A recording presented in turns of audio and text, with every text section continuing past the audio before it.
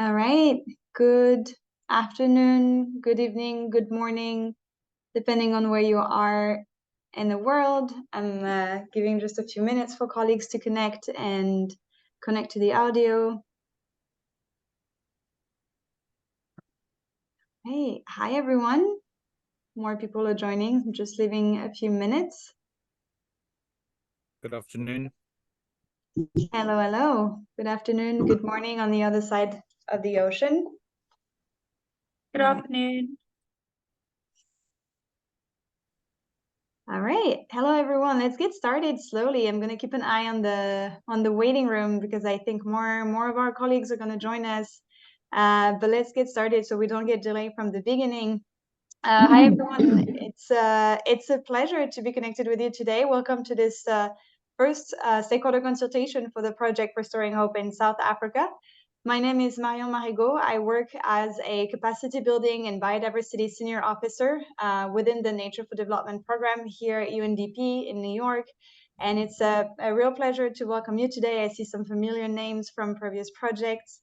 Welcome, and a special welcome to Greer Hawley, a UNDP consultant who will be my co-facilitator for this workshop.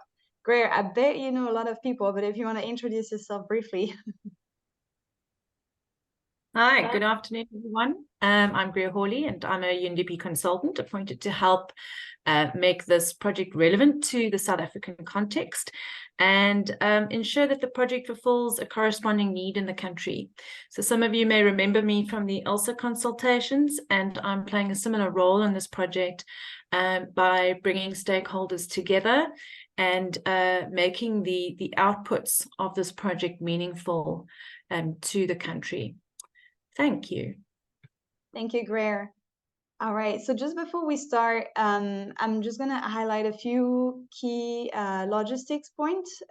So if you do have any trouble and any technical issue with the platform, you can send a message to my colleague, Monica Mora. Her email is monica.mora@undp.org. You can see it on the screen. She can help you resolve the issue as quickly as possible. Please do not use the group chat on Zoom, so it's not disruptive.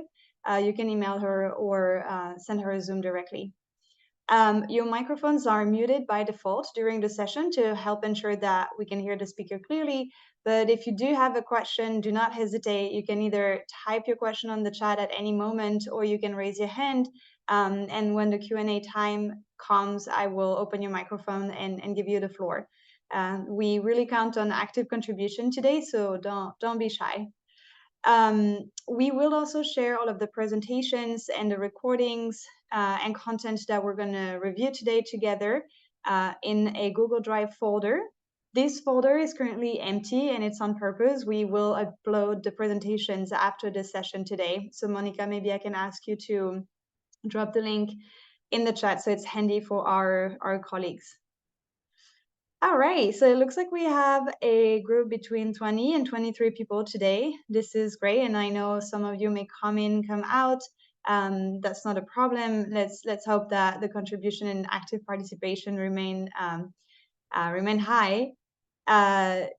It would take a lot of time to introduce everyone individually, even if it's not a huge group. So in an effort to know who's in the meeting, and especially for us, because we don't know you as well, it would be really great if you can at least rename yourself in Zoom and maybe introduce yourself in the chat briefly, that you tell us which institution you're working in. This is much easier for me, especially as a facilitator, to understand who is there. So I'm sure everyone is an expert on Zoom at this stage, but you can always do a right click on your name and then rename yourself in the list of participants.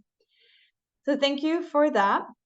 We have been working on launching this project and preparing the consultation with colleagues at UNDP Country Office in South Africa for several months now. And as we start the consultations today, we are lucky enough to receive the support from, the highest levels in South Africa, from both UNDP and also other entities that are taking interest in this project. So before we dive into the agenda for this consultation today, I may ask you to turn on your camera if you're okay with this and try to take a picture. It would be much better to have a group picture in person, but unfortunately, we will not be traveling to South Africa for this project. So I'm going to ask, thanks to Jordan, I'm going to ask colleagues to turn on their camera, and I'm just going to take one screenshot to have everyone's face smiley. And then we can dive in. I see Graham, Mike, Abel, Michael. Excellent. Hi, everyone. All right, just a 1, 2, 3, and then I'm going to take a screenshot, smile. Thank you. Thank you. All right. Thanks, everyone, and it's good to see your faces. And let's get started.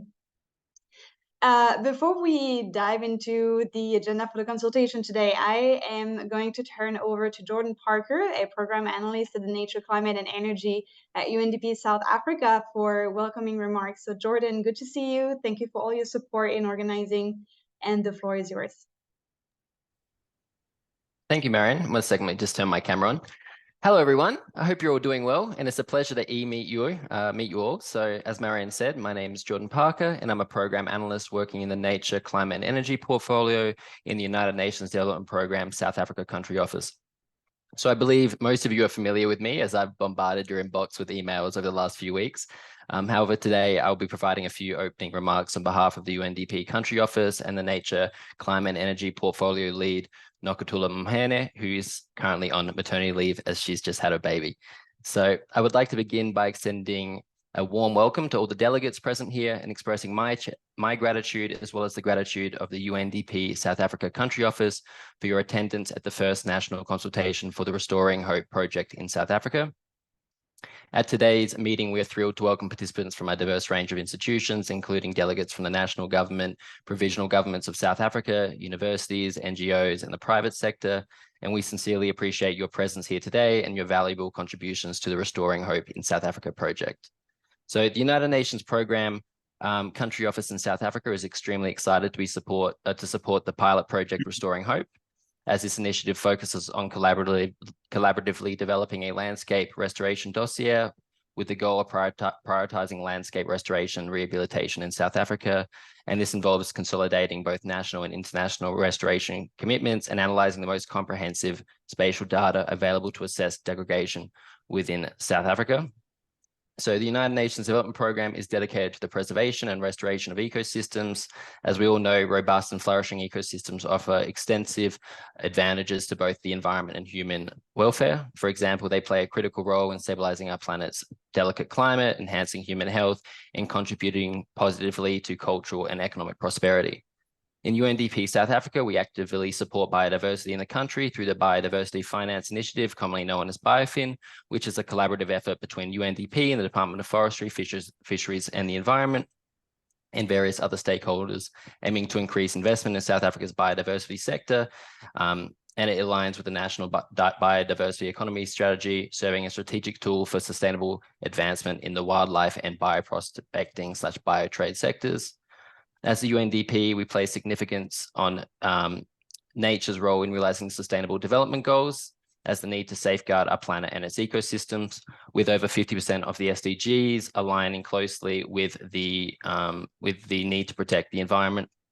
It is a paramount objective for the UNDP in South Africa to continue to provide support and assistance to the South African government and its collaborative partners in their pursuit of the SDGs by safeguarding and restoring vital ecosystems that underpin the welfare and sustainable livelihoods of the people of South Africa.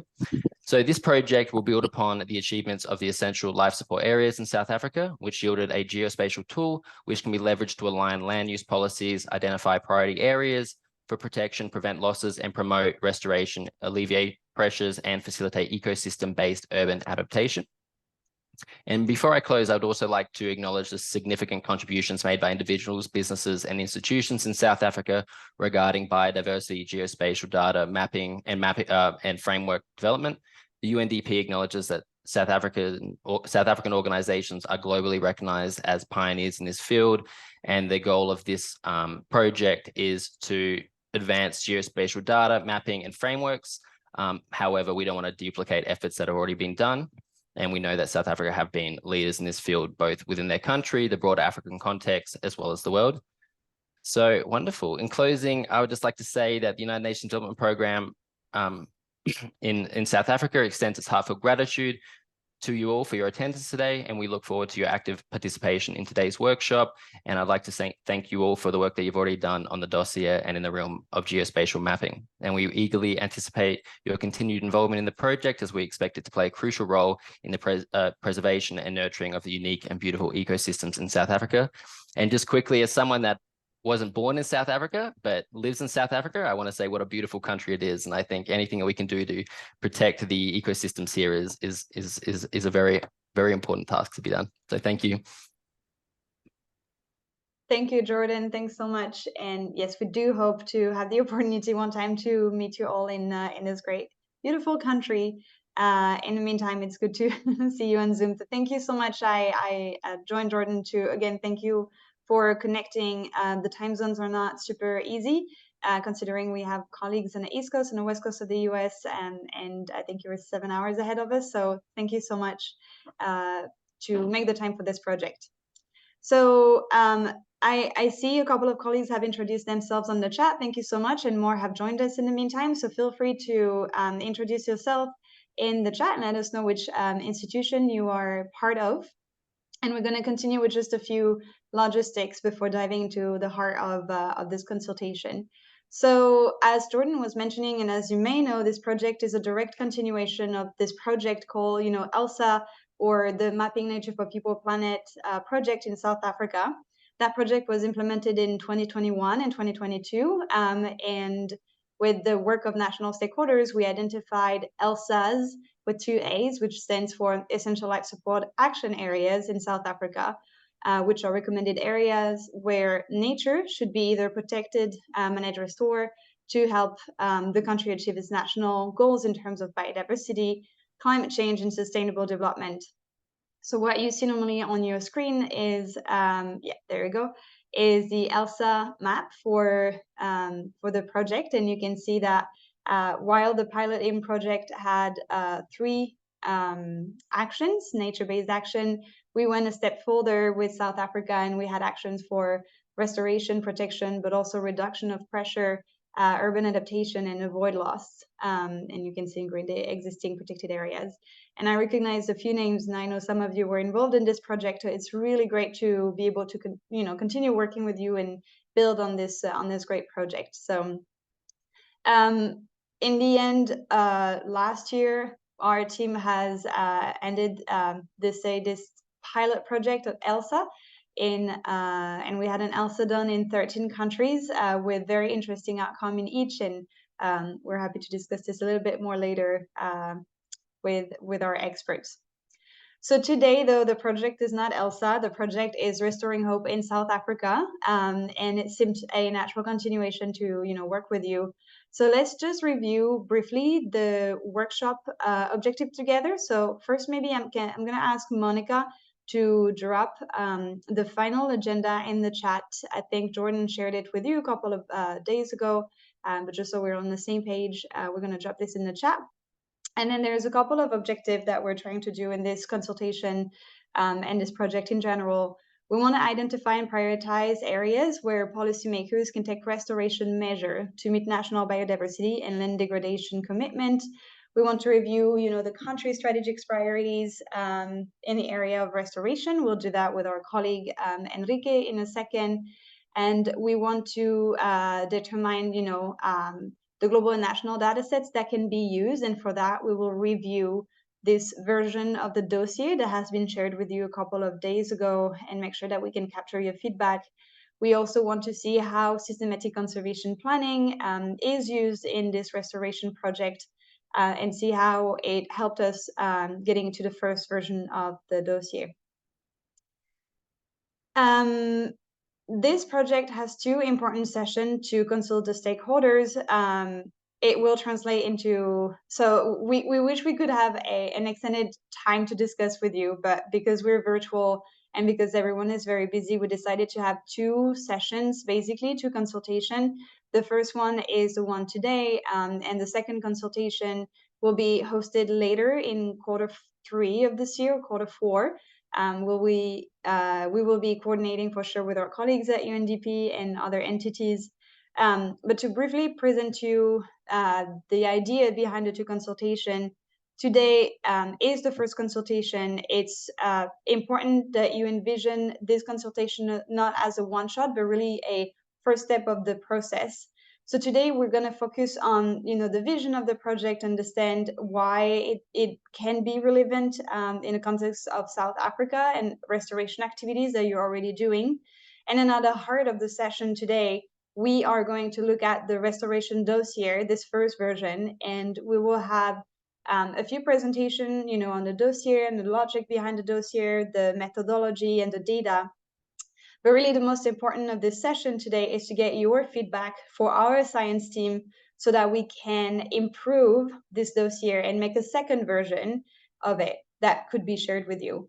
And the second version is what we will discuss in the second restoration. So in a couple of weeks, once we had your feedback, once we had maybe different data sets that we can include, then our team will produce a second version that will also be shared with you all. And then we'll have this second consultation to get the final round of feedback, which hopefully will lead to a final version of the dossier. And that document can then be used for decision-making and activities on the ground. Again, for those of you who join us a little bit later, do not worry. We will share all of the content, presentations, recording of today's session through Google Drive. We have a folder that is currently empty. It is normal, but we'll add all of the presentation after the session. And Monica, can I please ask you to drop the link again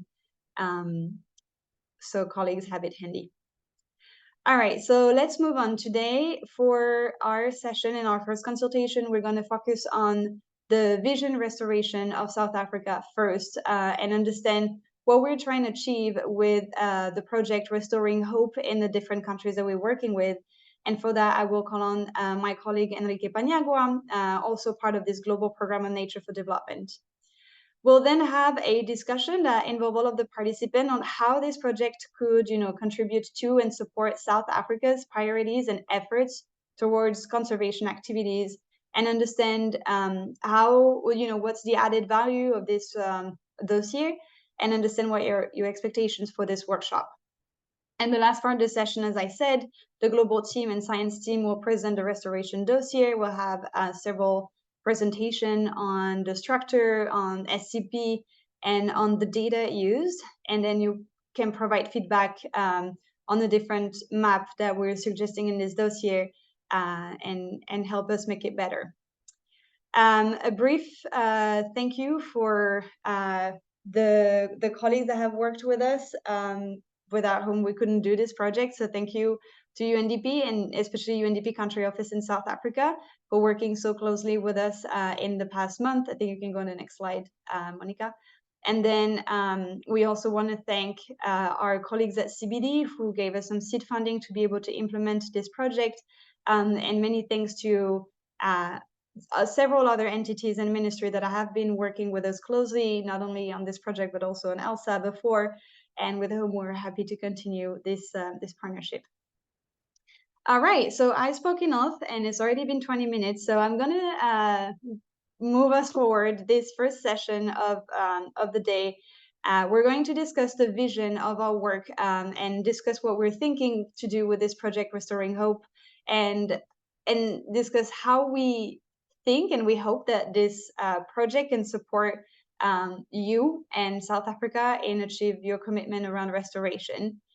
So to discuss this vision, I'm going to turn over to Enrique Paniagua. He's a senior policy expert at the Global Program on Nature for Development at UNDP, based out of Costa Rica. If you have any question, you can write them on the chat on Zoom, or you can already raise your hand and we'll take them at the end during the Q&A session. Enrique, welcome. Thank you for being with us quite early for you today, and the floor is yours. Thank you, Mahi, very much, and thank you everyone for being here. I'm going to talk a little bit about the vision of this project. And as Mahi explained, this project is named after the Maps of Hope, and what we want now is to iterate the Maps of Hope for restoration specifically. So it is Restoring Hope. Next slide, please. So the reality that we are facing is not particularly positive. We have 20 to 40% of the land degraded, and by land I mean croplands, drylands, wetlands, forests, grasslands, etc. 75% of the Atlantic coral reefs are at risk. 90% of the fisheries are overexploited. We have 1 million endangered species. We have already exceeded 4 out of the 7 planetary boundaries. And 2 billion people depend on agriculture, forest, and fisheries to survive. And more than half of the world's GDP depends on natural capital. So on the one hand, we are destroying nature, and on the other, we depend on nature. The billions of people that directly depend on nature, and the global economy depends on nature. Next slide. So we have to decide what is our future going to look like. And on the top left, you can see this graphic. You can see the historical change of land condition and ecosystem functions. You can see how it has dropped in the last decades. And now is a crucial time to decide if we want to go business as usual and keep deploying these land conditions and ecosystem services, or we enter into a regenerative logic where we restore the land, restore the ecosystems, and get into this restoration scenario where we start, improving the land condition and ecosystem services. And if we add protection to that mathematics, you can see that the conditions are going to increase a lot more, and we will be closer to the original land conditions and ecosystem functions. And there is actually no reason to not take this pathway, as each dollar that we invest in restoring degraded lands produce between $7 to $30, and a regenerative restoration economy yields annual returns of between 125 to $140 trillion annually. And just to have an idea, this is about 1.5 times the global GDP of 2021. So we will be increasing the global economy a lot. So we have two good news for humankind, and is that first is United Nations call on ecosystem restoration, and it is named United Nations Decade on Ecosystem Restoration. And this is a call for everyone, for all the countries and everyone basically, to enter into this restoration logic in this decade and perform actions to restore the ecosystems and lands and so on. And in 2021, 115 countries committed to restore 1 billion hectares of land. And just to have an idea, this is larger than United States and China. So it's a lot of land. And so we are already coming into this logic of regenerative economy. Next slide, please. So this is how we start this project with the Convention on Biological Diversity, and the aim is to contribute to Target 2 of the new Global Biodiversity Framework that is on restoration. The specific objective of this project is to help countries optimize their restoration targets through geospatial information and public policy analysis. And we are running this project in collaboration with a convention to combat desertification. The pillars that we are using are the Target 2 of the GBF, the Strategic Objective 1 of UNCCD's Strategic Vision to 2030, and the National Restoration Policies. Next slide, please. We have 5 countries that are our pilot countries in this stage: Chile, Colombia, Ecuador, South Africa, and Kazakhstan. Next slide. And as Maron explained before, we are building on this Mapping Essential Life Support Areas project. We have collected a lot of data already in South Africa. We have run all these stages that we generated a vision, identified opportunities, we co-created the action maps, and then mainstream project results. And now we want to concentrate on restoration. Next slide. So you can see here the same map that Maron was showing us before. This was a great effort, and we want to build on this. We want to now concentrate on these areas for restoration. We are adding more data, more features to the analysis, bringing more land layers to this analysis to understand better where are the priority areas for restoration. Next slide. Just to say thank you all and welcome to the process. Amazing. Thank you so much, Enrique, for joining us and for this presentation. I see a clap from Jordan. That's great. Before we move on, I don't know if there's any questions from our colleagues for Enrique's presentation. As I was saying, you can drop your question in the chat or feel free to raise your hand. It is also okay to not have any question at this stage and keep them for later. Henry, I don't see any questions for you for now, but you will be staying online with us. So that's great. Let's open a discussion now with our participants for the next 30-minute-ish on the following. We want to understand first, what are your expectations from this project, and where do you see the added value of having such a dossier like the one we presented? And we want to have an idea what your expectations for this workshop specifically are. So at this stage, we're about 30 people in the room, and we want to try to have a constructive discussion with great input. So I'm going to ask my colleague Monica to actually drop a link in the chat, and we're going to use the platform Jamboard. So Monica, if you want to maybe drop it in the chat, and then you can share your screen. Thank you so much. So the Jamboard, you might be familiar with this platform, but we are usually using it to provide contribution. On the link that you're seeing, if you click on it, there are several pages, and we're going to focus first on the first page, which is the benefits of restoring hope dossier. Where do you see this dossier to have, you know, an adding value, an added value? Where does it help continue the work that you're already doing? So Monica, maybe just show on the screen, since you're sharing your screen. If you click on the left of the screen, you have a little icon for a sticky note, and if you click on it, you can type your message and then contribute to the discussion. You're also welcome to raise your hand and contribute live and discuss with us rather than typing the post-it, the sticky note.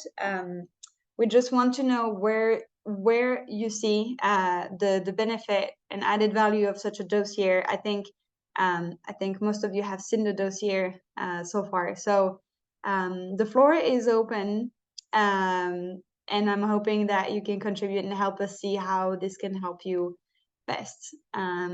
Greer, I think you're also around, so feel free to jump in and make sure that our colleagues have access, you know, to this Jamboard and can participate. All right, the floor is open. Thanks, Marion. I'd just like to jump in there and just so that everybody's on the same page. I would like Enrique maybe to come back in and chat about the dossier and what the goal of the dossier is.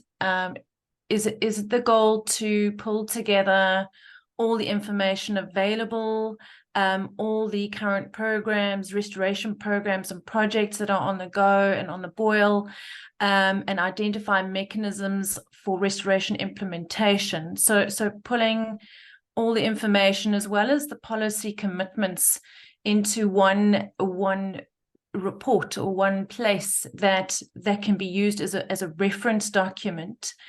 And then tagged onto that is another spatial prioritization of where different types of restoration should be prioritized. If Henri could come back in and just confirm that is where your vision is currently lying, just so that it'll give the national stakeholders a better guidance in terms of the objectives of the project. Absolutely. And Enrique and Dee, feel free to jump in. I see Enrique. Go ahead, and I can help completing. Thank you, Ger.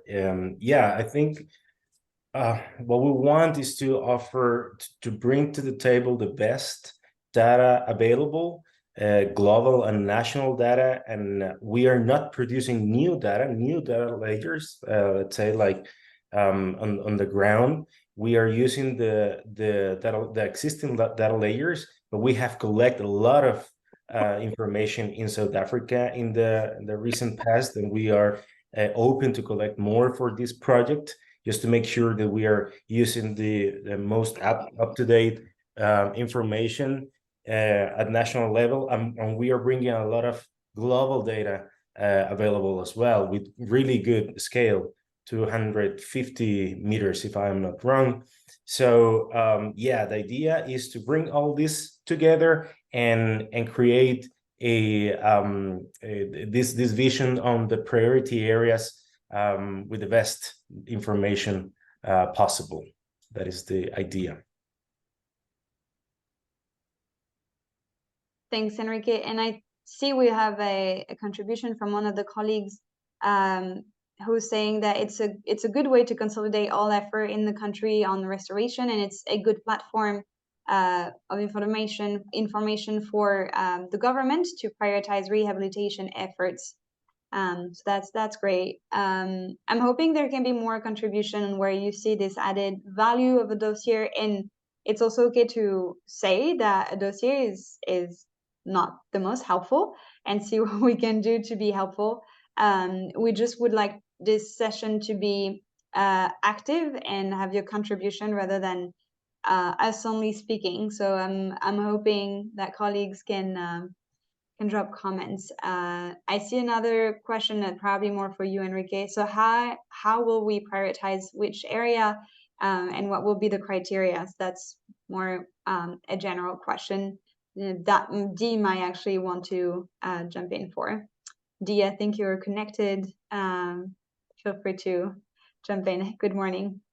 Good morning, everyone. That's a great question. And I think later when we are presenting the dossier, Oscar will explain the methodology and the logic framework for us to define the restoration priority in 6 stages. This will be covered in the presentation later. But for now, I can share that we used a 6-stage approach to define area where are degraded that need restoration efforts. We are also considering the potential benefit for restoration, the cost, and the climate risk or climate resilience. To all these variables are helping to define the restoration priority, which Oscar will introduce in more detail later. Thank you, Dee. Yeah, and thanks. And I think that also complements this comment that came on data. So data on ongoing and past restoration project exists in the country. This data is currently hard to access though, and it would be great if the extent and nature of the project is also captured. So yeah, the having access to data is always the issue. We ran into it for the ELSA project, and we're hoping that by having the right people at the table today, it can help at least having access to this data. And part of the feedback session that we're going to have today is to actually look at the data set that are being used throughout the dossier and see if more up-to-date or maybe actually national data sets could replace a set of global data sets. So again, our colleague Oscar and Dee will present this content a little bit later, but we agree that having access to this data would be great. There was another comment dropped also, you can see on the right, important to understand where policy commitment to restoration overlap between the restoration programs. Yes, and that's where, Enrique, feel free to jump in. This is your area of expertise, but there are different policy commitment for sure. And we're also going to look at you to guide us on, which stakeholders should be involved if it's not in this workshop, then in the next one, and which stakeholders should have a look at this dossier. And once we have a final dossier and a final map for priority restoration, the idea, the end goal for us is not just to have this dossier and the map finalized, is to make sure that this lands into national strategies and national plan. And that might be where more discussion with national stakeholders and colleagues might happen and might be necessary. So that's definitely important. Enrique, I don't know if you want to add anything on this specific comment. Yeah, what we want to offer is the vast spatial data to help the authorities achieve the policy priorities in the country. So the country has set a vision through the policies, and we want to contribute into the implementation of that commitment. So we will see later what are the policies that we have analyzed and the restoration targets that we have identified, and hopefully this project will help in identifying the best areas to implement those targets. Thanks, Henry. I see another comment also on the platform. This dossier could be a platform for prioritization layer to be consolidated and kept up to date and relevant. Yes, that's also very important. So the having all of the layers, at least let's say in a repository, that's also something we're trying to do. So again, the feedback session today we're going to have is going to focus in big part on looking at the data sets and providing feedback on whether or not we should keep those data sets, and if not, by which one we could use, replace them with. We on the side also have platform like the UN Biodiversity Lab, which have served previously in consolidating a list of data layers and input layers for different projects, including ELSA, and that is also something that we would be happy to help with as we move forward. I see there is also a comment. Interesting. So this project also complements the Growing Greener project, which is focusing on restoration of landscape in Namaqualand. The project will have synergy, so that's great. I don't think we are aware of more local and maybe regional projects. Whoever shared this comment, feel free to jump in and open your microphone and give us more insight. I don't know who that is. But the idea again of the restoration project and in general our project is not to reinvent the wheel and disregard what has been done so far. Quite the opposite, we're trying to make sure that whatever we produce is coming as a complement and can be useful to ongoing activities. So hopefully that can be helpful also for this project. Yes, Mishek, I see, and then Kobus.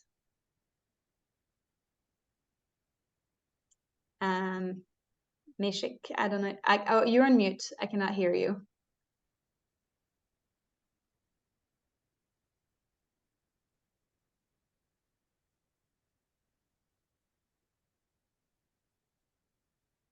Well, you're not on mute, but I still cannot hear you. I'm sorry. It might be the input. No, I cannot hear you. I think it's a problem with the input of your microphone, because I see you're unmuted and I cannot hear you.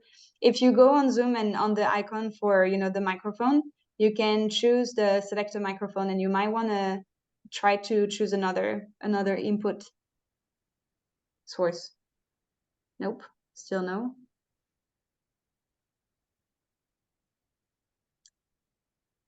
It's connecting to audio. Yes, now we can hear you. Perfect. Hey. Yeah, GIZ, we are currently maybe in the first, I think the stage is very soon we'll be having an inception meeting about this project. So basically this project, it's a regional project where it focuses on restoration of landscapes, but using what we call heading for health approach. So there are 4 countries here in South Africa. We are doing in Namakwaland, and other countries. We have got Botswana, where the regional project is located, and we have got also Madagascar, and we have got also Zambia. So basically, we have got 4 components. The first component it's about using the technical nature-based solutions to restore the degraded landscapes. Then the second component talks about the economic, where we are also seeking the use of economic activities, small, medium enterprises for the farmers, so that they can also reap the benefits of maybe carbon credits about these nature-based solutions, and also even good management of their livestock. Then we have got the third component, which also talks about the policies and the strategies that support even rangeland management or restoration of these landscapes. Then the fourth one is about upscaling these nature-based solutions other countries in the region. Yeah, maybe in short. That's super interesting, and I think indeed in line. I'm just going to mute people who just come in. Yes, and in line with what we're doing, so that's really great. And it would be good if you do have any, concept note or any documentation that you can share with us, just so, I mean, those projects are running in parallel, but it would be great for us to keep an eye on what's going on. And if there's other restoration projects that are relevant in South Africa, then just make sure that there are connection at least in between the two. So yeah, Nishek, feel free to send that to us. Yeah, okay. Yeah, actually, this meeting is also very important for me, because that's when I will also have a connection with other stakeholders that I will also invite to come to the discussion. Yeah. And I will share with you the project document. Absolutely. So and yeah, I see, I'm actually in a process of also doing stakeholder mapping. So this project is implemented by our consortium at ground, Conservation International, and we have got also CADESA also there, and Peace Parks Foundation. But Peace Parks Foundation, they are implementing the component 1 and 2 in Zambia. Then Conservation International, they are implementing 1 and 2 also on those results that I said earlier. So I will share with you the documents, and yes, also invite other colleagues here so that we have a good team. Yeah, absolutely. And I think that's what Jordan was asking in the chat. If you do have room, and if colleagues from UNDP South Africa can attend, I think it would be great. So thanks for sharing that with us. It's great. And feel free to drop any document in the chat. We will make sure to make them available. Thanks, Mishek. And I see Corbus, you have your hand raised and camera on. Floor is yours. Good afternoon, everybody. Thank you very much for the opportunity to just participate in this. So, I'm just interested in something that you guys said a couple of minutes ago, Marion, in the sense that we could be looking at, so I'm going to use our work as an example, but I'm sure it's going to be demonstrative of some of the other things. So in my opinion, there's 3 opportunities here. There's the opportunity for this work to start off where previous projects stopped. So in other words, we for example, we had a J5 project on sustainable land management, and there were a couple of nice things that we could take forward if we had access to additional funding and so forth. So there's the one option. The other option is to say, okay, well, these are the current projects that we currently have funding for that we're running with. And is there opportunity to augment those current projects? And then the third opportunity is to say, actually, there's one or two brand new opportunities here, which nobody is looking at, that your organization or our organization or CSIR or whoever has an interest in, and we want to put these forward. So for me, it falls in those three categories. We could almost, and that all to some extent solves the problem of the inventory of restoration that's happened before. And I think it's, so basically, what projects have come to an end that we can extend, what projects are currently happening that we can actually augment, and then is there anything de novo, brand new, that we should be doing that we're not doing? So anyway, that I don't know if those examples apply to other people, but it certainly applies to my organization and the scope of work that we could potentially enter into. Thank you. Agreed. And again, the idea is not to, discontinue everything that has been done. And we're hoping that whatever we produce here, with the specific mandate that we receive from CBD on the specific project, can be helpful for other projects. So by we, I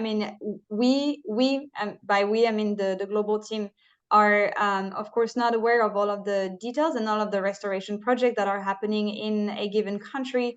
And that's why we're so keen and eager to work with a range of national stakeholders to understand what has been done already, so we don't have to, redo it, and we can use what has been produced, what has been created already, and then assess together what might be the most interesting moving forward, as you say, in one of those three, categories, or three aspects. So absolutely. And if there is a way, a consolidated list of restoration, ongoing and past and potential future activities in South Africa, we are more than happy to look at it and see how we can tie to them. Thanks, Cobus. We do have a couple of other comments coming in. I see one comment that says, if this project can ID and connect role players and thereby help to harmonize effort on the numerous projects going on. Yes, indeed. And I'm not sure who put this comment, maybe Cobus, that was you. But yes, absolutely. That's just echoes what I just said. Our colleagues at UNDP Country Office helped us map out the relevant stakeholders for this project. But again, if more are relevant, and again, if we can connect to ongoing activities, that is also something we would want to know. This project and this dossier, Andy, you can contradict me if I'm wrong, but is definitely providing guidance for restoration at the national level, but that doesn't mean we should disregard what is happening at a more local or regional level. I see another comment. It will be great to see South African data and specific local understanding of ecological function captured to the project. In many cases, South Africa data is better than global data. That is the understatement. For having worked with South Africa, we have seen the quality of the national data sets, and that's why the feedback session today for us is so important, and we're hoping that we can maximize the quality of the product that we are developing through the use of national data sets. So absolutely, having a specific local understanding of ecological function captured into the project is also very interesting.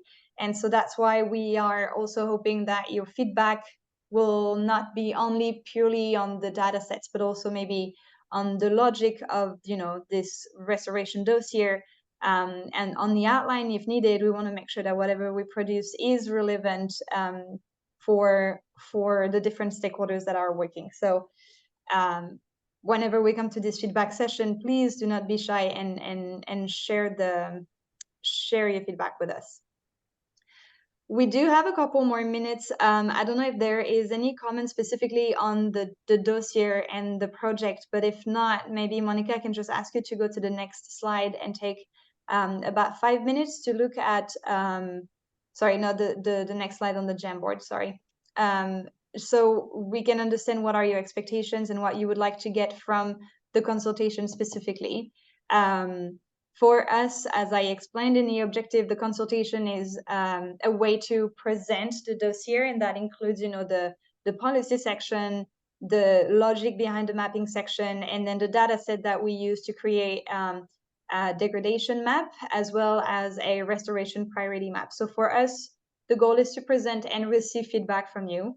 It would be really helpful to have an idea of what you expect from this consultation. Is it just that we're presenting the dossier and we share you know, an updated version in a couple of weeks, or are you expecting something else, including, you know, connecting with colleagues, you know, having longer term connections with some stakeholders, etc. So if you do have any contribution, any comments to add here, feel free to add a sticky note. So I see rationalizing national restoration commitments. That sounds good. That's a big comment for you, Enrique.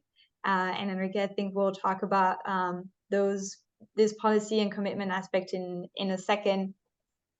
Let me just move this here. Any other comments? Feel free also to raise your hand and make a comment. You don't have necessarily to write on a sticky note. If you want to contribute, you can also just raise your hand, open your microphone. This is a space for it. Before we continue and dive into a lot of presentation in the dossier. Any other contribution, any other expectations for this consultation? Greer, I don't know if there's anything that you would like to add before I turn over to you. Sorry, there's just one comment that came in. Past, current, and future restoration projects are brought together into a public document. So there seems to be a strong interest, and that's more common for our national team. There is a strong interest to have a connection among the different restoration projects that might be a little too, you know, maybe a little too disconnected so far, and that we could use this opportunity to reconnect them, at least being aware of all of them. So that's something that keeps coming back in the comments. Greer, is there anything that you would want to add at this stage? I think I'm satisfied, and yeah, I've added one of those aspirations, and I think it speaks to the previous slide where there was a question about how areas were going to be prioritized and what criteria would be used, and perhaps the dossier won't necessarily resolve kind of a standard set of criteria, but it could possibly pull together criteria used in different projects and different approaches that have been applied previously to prioritizing degraded landscapes, and these can be articulated in the dossier, and that was an opportunity that I saw. But I see a fourth comment here, Marion. Hope to have thinking aligned to understanding degradation, rehabilitation, and if possible, restoration, all historical investments mapped and monitored. And I think that's such a great addition and contribution. Yeah, I wanted to specifically talk to alignment of the understanding, and that speaks to the past, current, and future projects. As you mentioned before, you don't want to reinvent the wheel, but we want to align with thinking and previous projects, and rely on the experience of the expert stakeholders in this group to do that and to achieve that alignment. And I think that's all I have to add at this stage. No, that's great. And I do think the more we talk and the more I realize that this dossier is considered probably as not, as we were saying, not the end goal of this project, but can serve other purposes. So yes, for criteria and approaches for prioritizing, I think our science team is going to talk about this and bring a common understanding at least of the prioritization method that are being used in this dossier. But this idea of having a restoration dossier to connect the dots between the different efforts in South Africa is also interesting, and that's not necessarily a feedback that we've had in other countries that we work with. So that's something that our team will pay attention to and will try to integrate. I see there is one last comment. identification of gaps in restoration efforts and probable solutions. Yes, I mean, I think having the mapping of restoration can highlight de facto where the gaps are and where we're missing, efforts to restore on a specific area. So that is something hopefully that will come with the conclusion of this dossier and the proposed priority restoration map that we are going to discuss. Are there any question, whether, or not question, but comments, whether it's on the project? Actually, Monica, would you mind coming back to the previous slide? I see there were a couple of additional comments that were put. I see on the far left, top left corner, using the map alongside our national spatial data to ensure that projects are aligned with the priorities within the country. I think that's extremely important, and actually would make a perfect transition to the next round of presentations, where our science team has been trying to focus on the priorities within South Africa in terms of restoration, and then map and use existing national and some global data sets to prepare those maps. So this is very on point and is absolutely what we're trying to do here. And the last comment I'm going to focus on is written tiny, but it's a request to please consider how maintenance of data for target 2 is institutionalized post the completion of the project. SENB may well have long-term responsibilities for this, though this is, and I think we're missing the end of the sentence, but I agreed that this project is hopefully not just a one-shot project, and we can continue having a long-term vision of it. Yes, our team is not interested in having a project that will not be helpful in the near or less near future. That was also the mindset behind ELSA, and making sure that whatever we produce together can be helpful for new iterations. So the management of data is something that we would definitely take into account, and we know it's a challenge, a recurring challenge, ongoing challenge, not just in South Africa. So that is something for our science team to keep in mind, and see what tools we have at our disposition to support in that sense. All right, I'm looking if there is any other comment. There is actually one last comment. Monica, I'm going to ask you to go to the next slide on the Jamboard, and there was a comment added: it would be great to gain a better understanding and take stock of local, provincial, and national restoration project policy. So I think that's going to be the final comments. And yes, I think that ties back to previous comments saying that there seems to be sometimes maybe disconnection between the different projects at different scale on restoration, and hoping that at least by bringing stakeholders together at the table today, there can be a discussion and recognition of efforts done at different levels. Absolutely. So unless there is any further comments, but I think we're good, and I would suggest that we continue and move on to the next part of this consultation. We're doing really great on time, and we're going to start that part where we talk about the dossier, and we're going to finally present the dossier. So just very briefly, this dossier was shared, I think, last Friday with the national counterpart. I'm going to open a poll, and I just want to have an idea of how many people have read the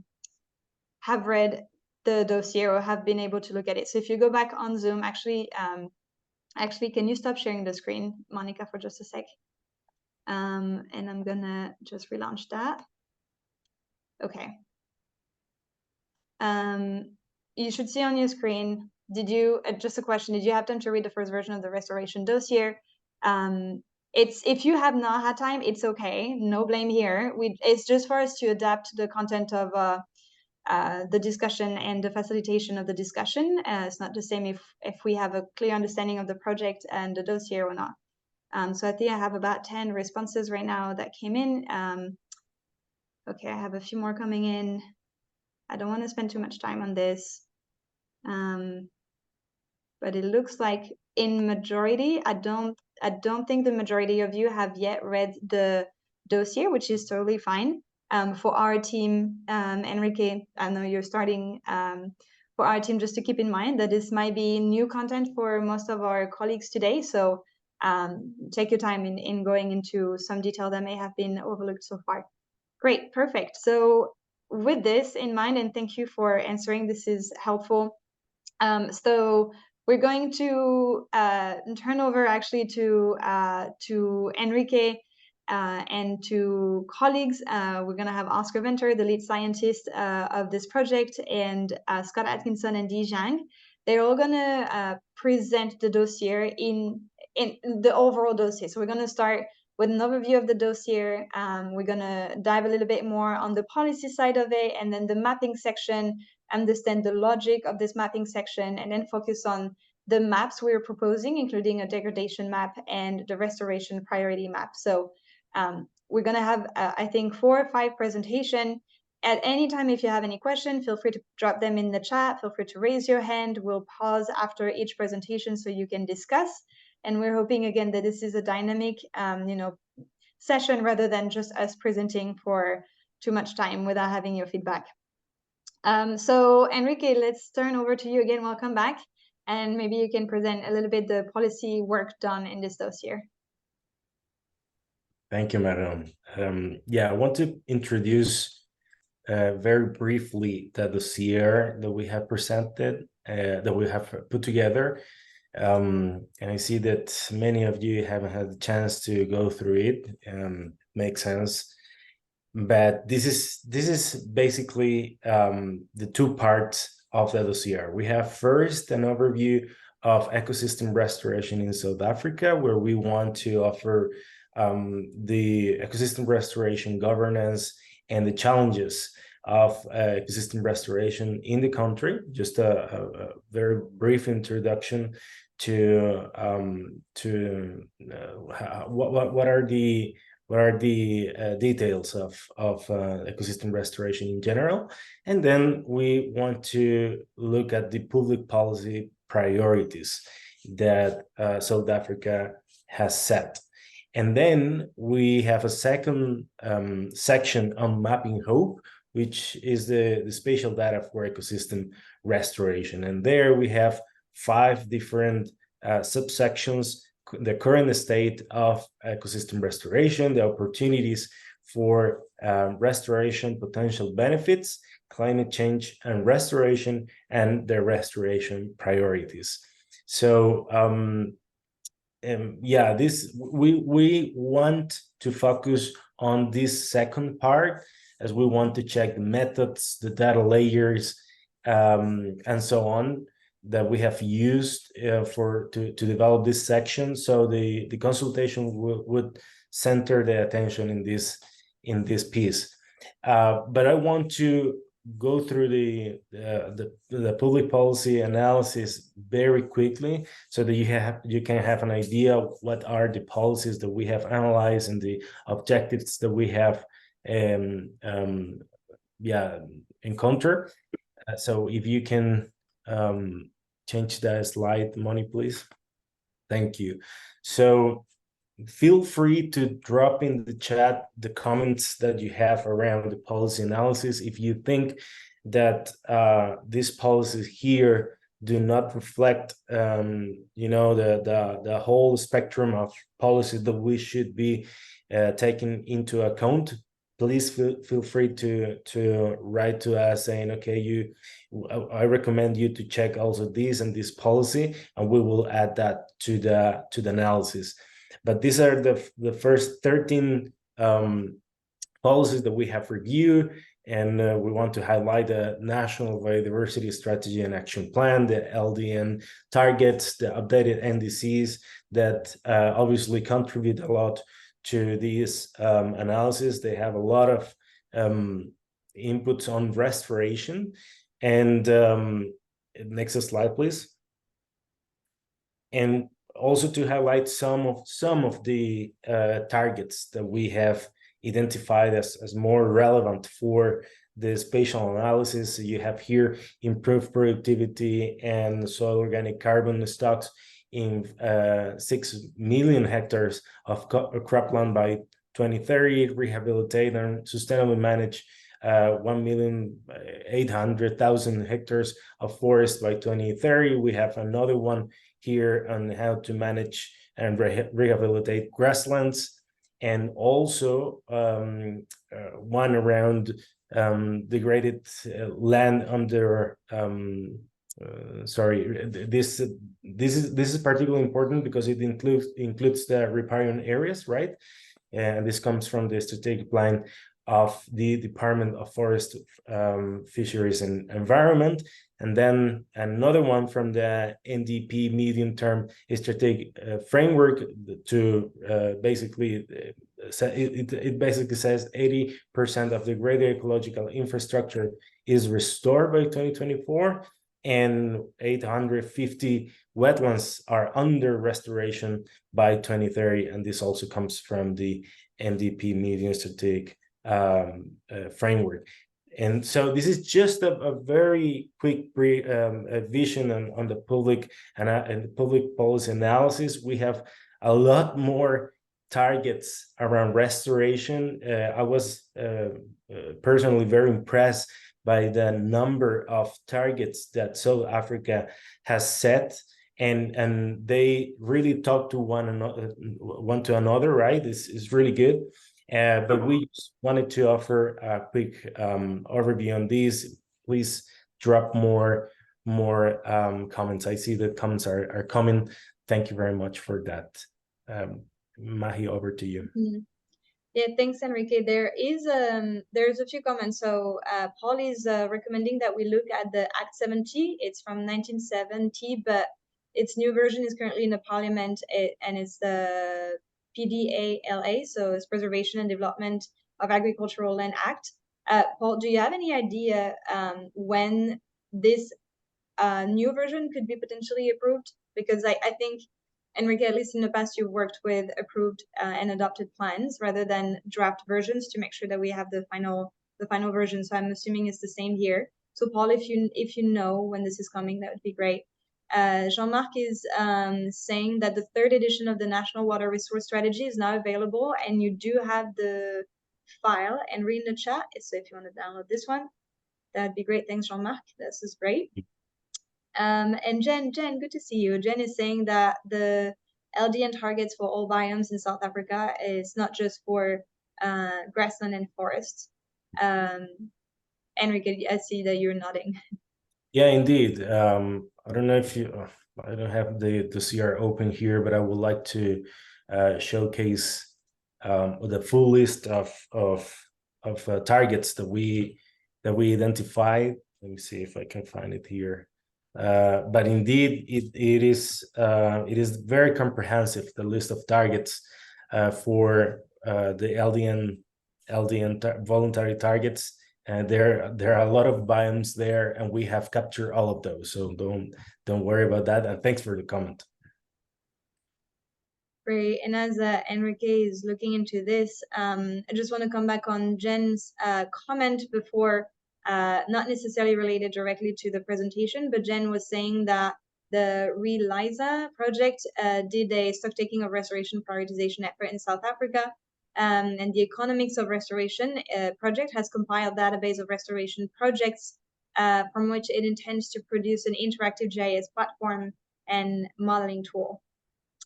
That probably should enable users to simulate the benefits and costs of their own restoration project. That is extremely interesting. And so, Jen, as I was saying, if you can share this with us, that will be great. You have my email address and the team's address. Absolutely. Thank you for sharing. That's really important. All right, Enrique, I don't know if you are finding what you wanted to find in terms of the targets. In the meantime, are there any other questions? Whoop, I see. Perfect, Henry. We see your screen. You're on mute. Here, okay, thank you. So I don't know what happened with this map here. It's probably moved to the upper part of every single page. But well, I want to just show these. We have a long list, right, of the policies. So LDN targets, you can see all the NDL targets here. I just wanted to, to highlight some of them because of the importance that they bring to the spatial analysis. But you can see here that we have targets on the savanna, we have targets on thicket and Fimbos and so on. So it's a very comprehensive list for the LDN targets. And we have more in the strategic plan of the Department of Forestry, Fisheries, and Environment, a long list here as well, and others, right? So this, you can find this in the dossier. I'm gonna look to change this because I don't know what happened here. Probably it was moved to the not footnote part. So let me see what happened and I will change it. Great. Thank you, Henry. Are there any other comments or question or contribution following Enrique's presentation on the policy aspect? So we've taken notes, Paul, Jean-Marc, and Jen. Paul, I don't know, I don't see a response on the question whether you know or not when this new version of the act is going to be debated and hopefully approved. But let us know. All right. So since there is no other comments, I think we can turn over to the next presentation.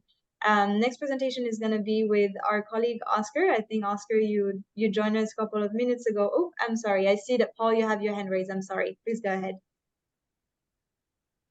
Yes, thank you, Marion.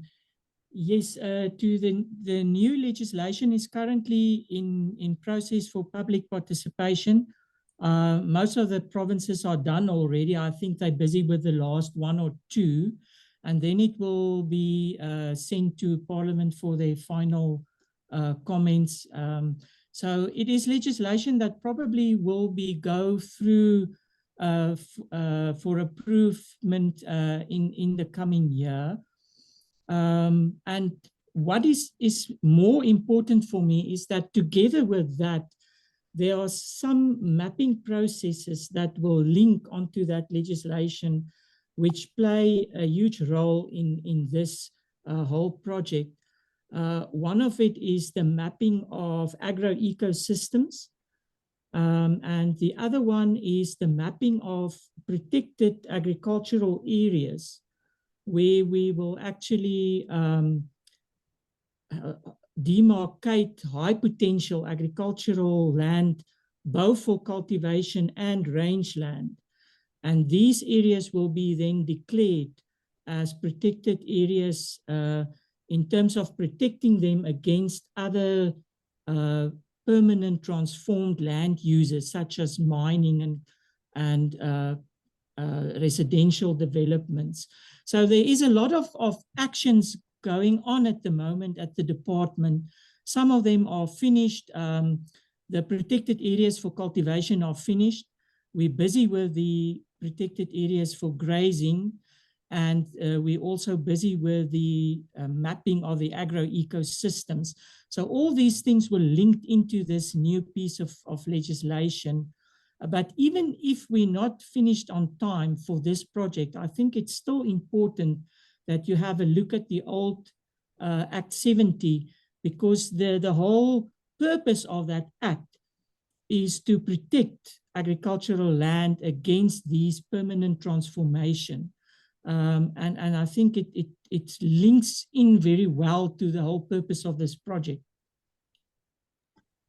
Super. Thank you, Paul. That's very helpful. And I think, Enrique, we could at least, as Paul suggested, look at the previous versions and capture some content for it.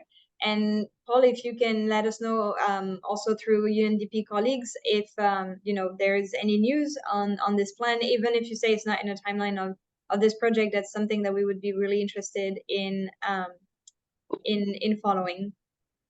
I see a thumbs up from Paul and Enrique, so we're good.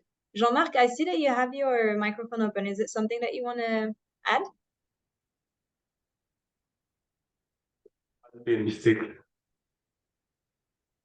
We can hear you if you want to take the floor. Okay, perfect, no problem. All right, I see there's a couple of additional comments coming in. Klaus is saying that he just attended a meeting at GFFE. Data on rehabilitation has to be updated. And Jen added that the agricultural protected area cultivation data fed into ELSA. So this is great. Data on rehabilitation having to be updated. Good to know. Let's see what has been used so far for it, and we'll see.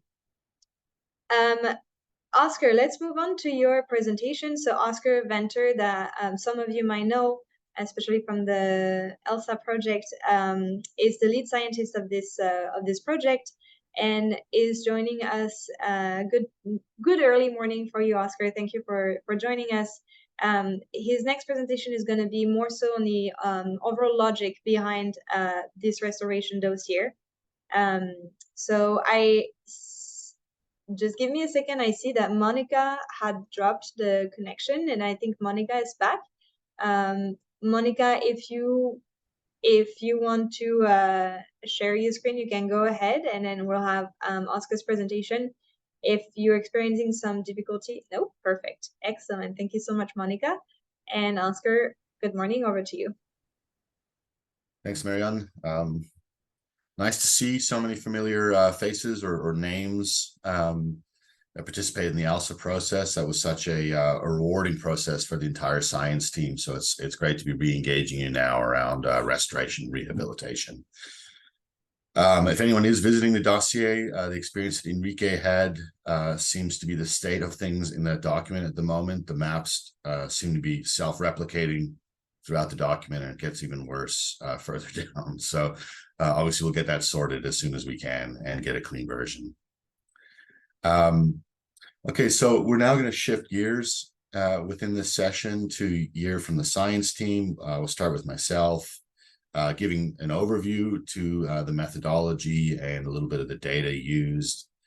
Then Scott Atkinson will come in to talk about the degradation mapping for South Africa.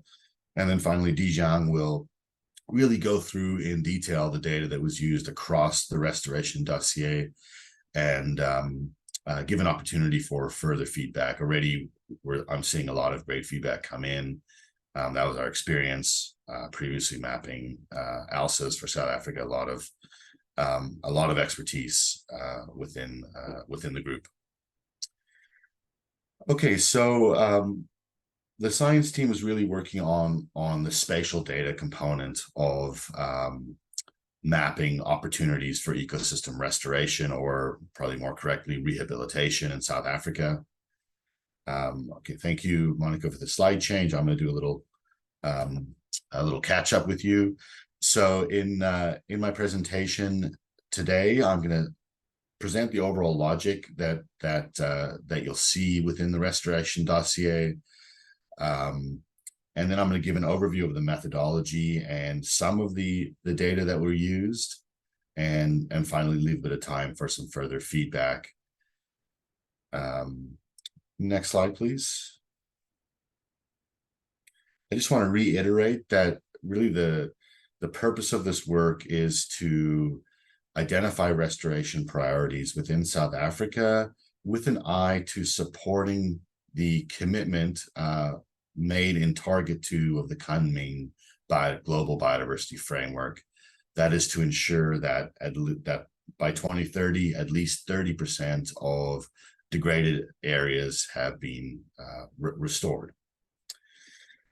But I also want to point out, if you look at the right panel of the slide, and then the middle text in white, we don't often talk about some of the qualitative elements of this Target 2, which is that restoration should enhance biodiversity and ecosystem functions and services, ecological integrity, and connectivity. So these qualitative elements of the target point to really the objectives or the desired outcomes from restoration. And a lot of the spatial data work that was gone into this project is to identify some of those qualitative values and have them feed into and guide the prioritization to identify the restoration priorities. Something we can discuss later is really, should we be adopting this 30 by 30 target from the Global Biodiversity Framework, or should we be adopting a quantitative target that's drawn directly from national policy in South Africa, the sorts of policy that Enrique just presented. Next slide, please. So as we developed the restoration dossier, really we started out with a set of guiding questions that we then used to develop specific methodology. So the four most important questions were starting with, well, what areas in the country are currently degraded? This is really the starting point for thinking about restoration priorities, is to map or understand where degradation has occurred. And then what are the opportunities and constraints in undertaking ecosystem restoration within South Africa? Finally, what are the trade-offs to consider? And we haven't done a lot of work yet to evaluate some of these trade-offs around the costs of restoration and the climate risks, though we have some suggested ideas for how to tackle this. As you know, the dossier that we've currently developed is a draft dossier. This early feedback session is designed to gather feedback, and which can then lead to an improved final version of the dossier. So we're hoping that some of these trade-off questions come into the methodology for that next version. And then really, the final question is, where are the 30% of degraded terrestrial ecosystems to prioritize for effective restoration? So that's where we're headed with our analyses, trying to answer this question about restoration priorities.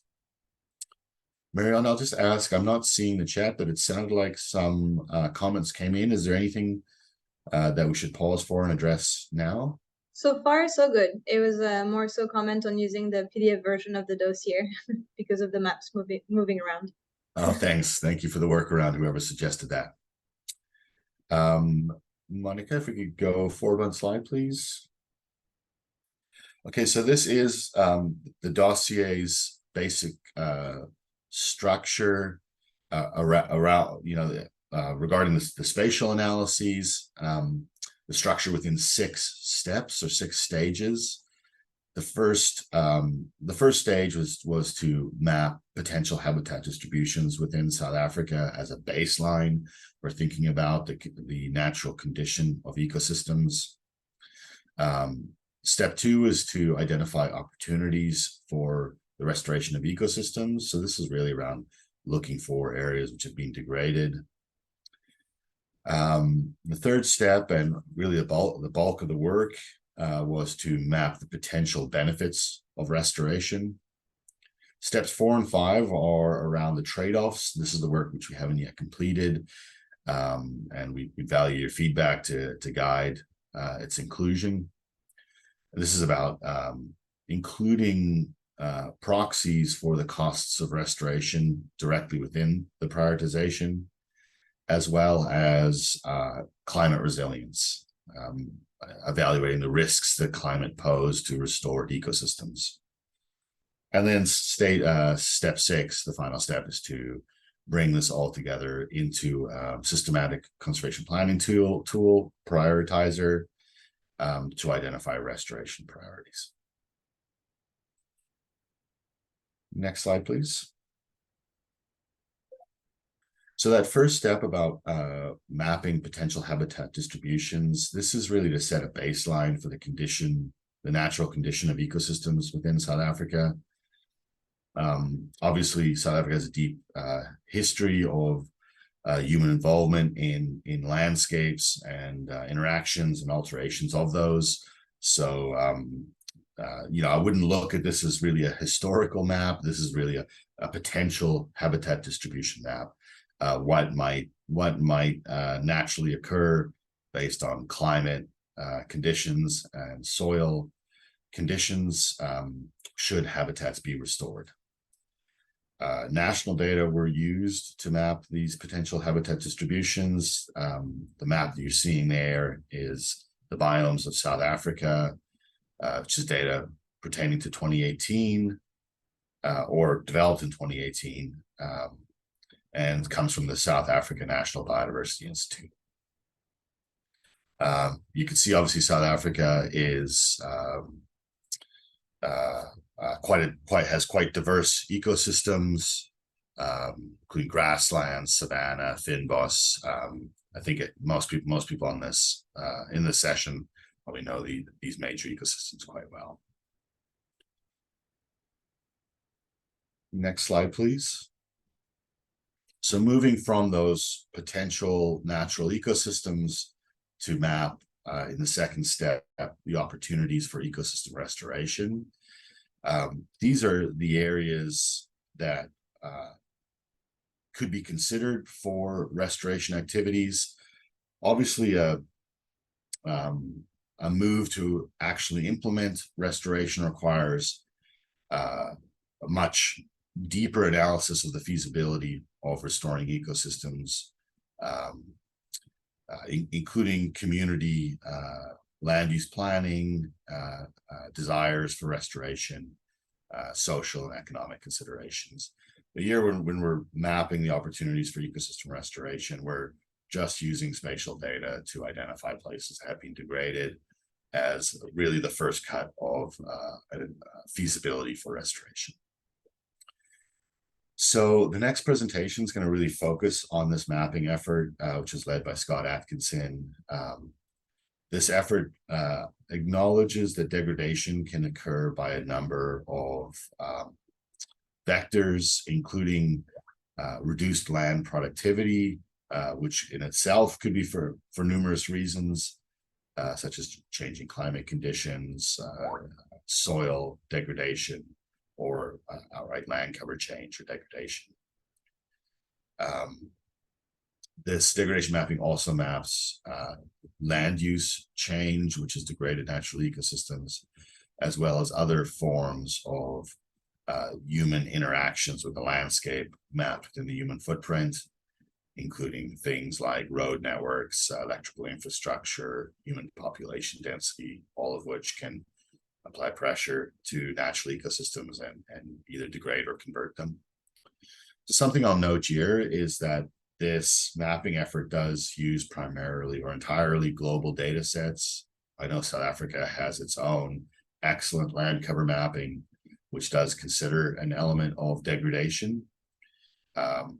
Those were data that we did use for the ALSA process in South Africa.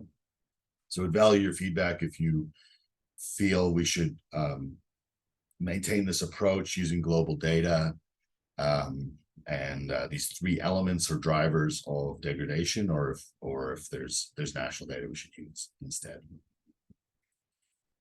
Next slide, please.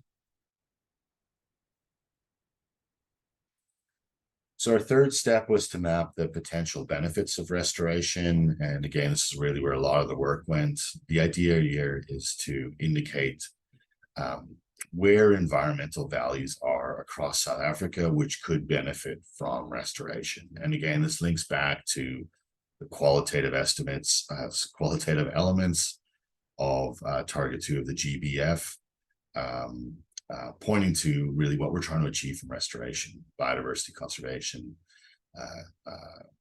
climate benefits, as well as ecosystem service benefits.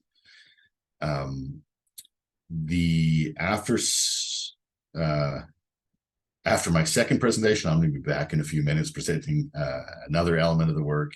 After that, my colleague Dijang is going to step in and really unpack these data for you in detail. So I'm not going to really do that here. Just mention that these were entirely national data sets, and there are 13 different layers and different data sources used to map the benefits of restoration.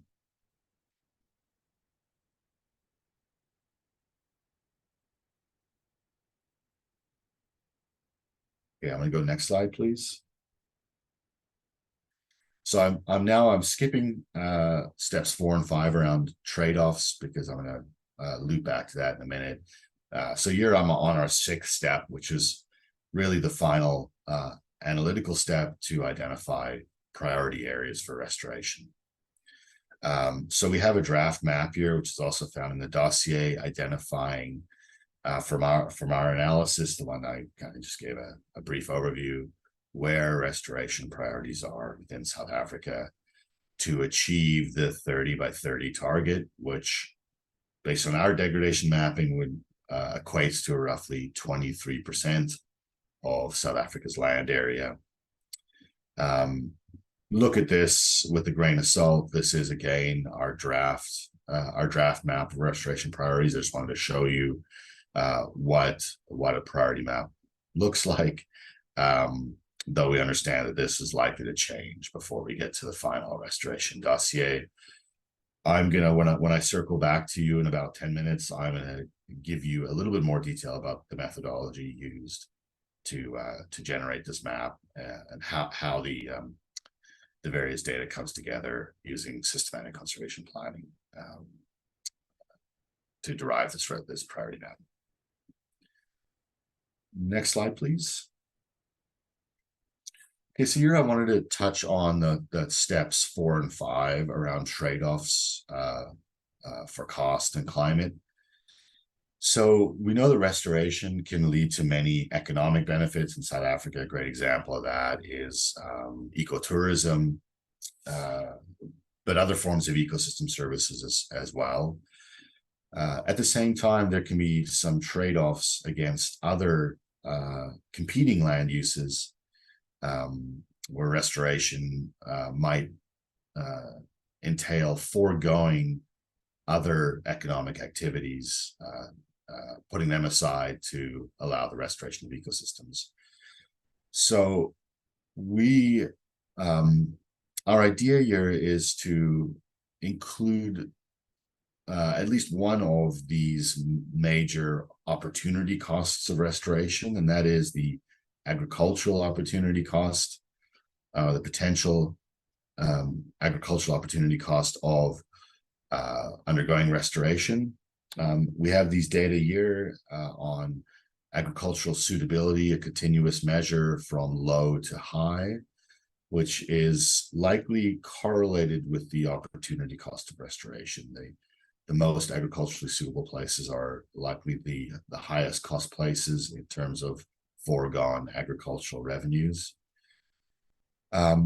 So we just wanted to get your feedback on whether it would be a good idea for us or valuable for us to include agricultural suitability as a proxy of restoration costs within the optimization, and run a scenario where we identify restoration priorities that minimize conflict or overlap with these high agricultural areas.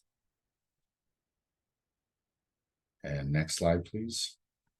And one of the other major trade-offs around restoration can be potential climate risks. Ecosystem restoration is a multi-decadal process in most cases, kind of aligning with the timeline that we expect major climate impacts to occur or accelerate. So it might be that in many areas where ecosystem restoration is undertaken without a view to potential climate change, there's a risk that the ecosystem could change or the climate conditions could change enough to undermine the restoration actions that were taken. So we have these global data on restoration resilience, which looks at projected climate change and evaluates how resilient restoration actions are likely to be to that projected climate change. So you can see in the darker colors in this map here, areas which are projected to be more resilient to climate change, whereas the northern parts of South Africa are predicted to be less resilient. So these are very coarse global data, but maybe there's national data that exists that's downscaled some of these climate models that we could use to incorporate an element of climate risk into the prioritization. So this is something, again, we haven't done, but we would certainly be open to doing if participants feel like this would be a valuable analysis. Okay, well, thank you everybody for joining this session, and we have a few more presentations before we move into the more interactive feedback sessions. But if there are at the moment any comments or questions, we're happy to take those, of course. Yes, thanks, Oscar. Thanks a lot for the presentation. And we do have actually already relevant comments. So Klaus is saying that we should include transformed land. I think the science team will say sure. And if you do have the data set that we could use and share it with us, that would be very helpful. Graham is also saying in the chat that it is now fairly accepted that preventing degradation is actually cheaper than restoring. Restoring light degraded area is cheaper than restoring bad degradation. So given this, do we prioritize area under threat of degradation or the worst degraded area for restoration? And that's a interesting question, to which Michael said, avoided degradation planning and the erosion susceptibility layer as a priority. So Oscar, that's actually a question that we haven't had so far. Yeah, thank you. That's a very insightful comment. And you're right, there's been a lot of science and on-the-ground examples showing that protecting or preventing degradation is much cheaper and more effective in many cases than trying to actively restore ecosystems, which active restoration can be quite expensive, as well as not always reliable that you're going to achieve your restoration outcomes. So I agree with what you're saying. On the other hand, there are specific restoration priorities, national priorities for South Africa within the LDN commitments, as well as global targets under the GBF to restoration. So I think what we're trying to do here is not trying to promote restoration over basically protection of existing natural ecosystems, but rather just to acknowledge that there are targets for restoration and then bring or harness the best spatial data available and techniques to try and identify the most effective places or the most beneficial places to undertake that restoration. But yeah, certainly acknowledge your point around the need to not let restoration overshadow protection efforts. Thanks, Oscar, and thanks for the insightful comment. Jen is saying that she would recommend using South Africa's land cover or habitat modification data that we had for ELSA. So Jen, we're gonna have a presentation of the data layer used for the maps that Oscar presented. So I keep your comment on the site for now when we get to this point. However, you say you would not recommend using human footprint data, especially the area that represent roads, infrastructure, and urban, because they're not practical priorities for restoration. So if that's okay, that's a comment, that's very helpful comment. And we can keep it D. I'm sure that you're taking notes of those comments. Whenever we get to the feedback session on the data layers, let's circle back to that. Last comment. Okay, two last comments, and then I'd like us to move on to the next presentation, as they may answer some of the questions you have. Mike is saying that restoration costs and success changes with degradation class. So perhaps there should be 3 to 4 degradation classes, 5 including transformation. It can change local priorities. Oscar, I don't know what you think of this idea of having different degradation classes. Yeah, that's an interesting comment. The way the optimization works is a binary map of degradation, serves to identify places where the optimization allows itself to evaluate the benefits of restoration and potentially set priorities there. So the way we've used the degradation mapping, it needs to be a binary map. But if you have any ideas for how to bring categories of degradation, that pertain to, say, the severity of that degradation from a scale of lightly degraded all the way to a fully human landscape, if we could bring that in as a value or a benefit of restoration, so that's one potential way we could bring in that kind of sliding scale of degradation, turned into a kind of a continuous or a categorical map.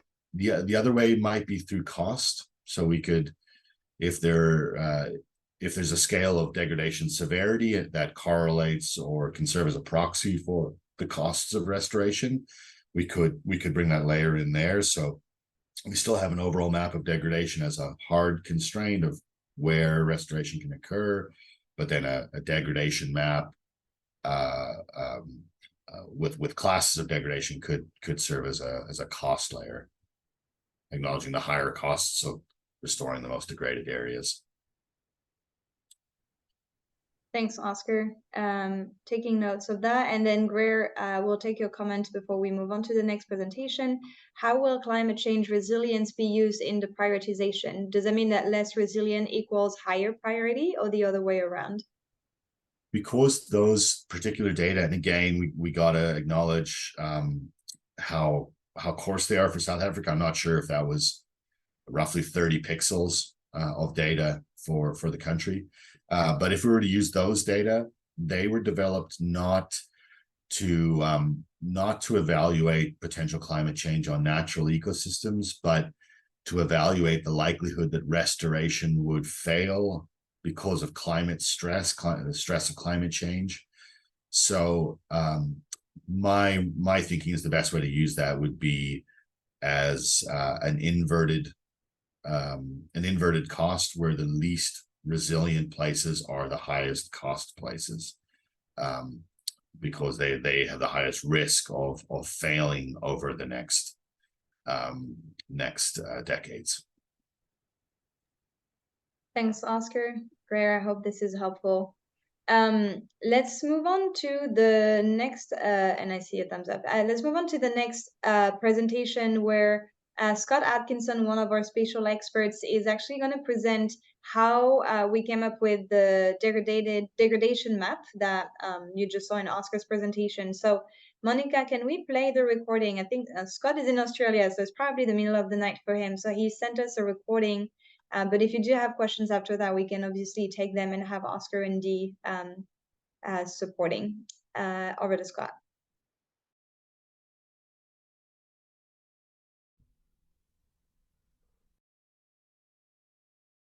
All right, hi everybody. In this short presentation, we're just going to briefly go over how we've mapped degradation and what data sets we've used to identify areas that are degraded and therefore create areas that we identify as suitable for restoration. So we use 3 data sources to identify degradation in countries. The first of which is the ESA world cover data. The second is Trends Earth, and the third is the Human Footprint Index. We'll discuss a little bit more about each one of these in the next few slides.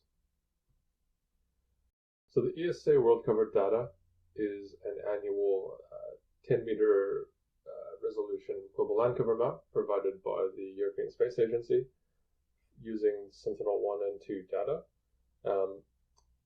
This is a pretty big step forward.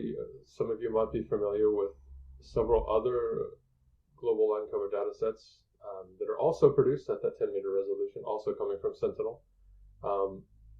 There's differences between all those. For our use case here, we are using the world cover data, which is what ESA calls their version of this.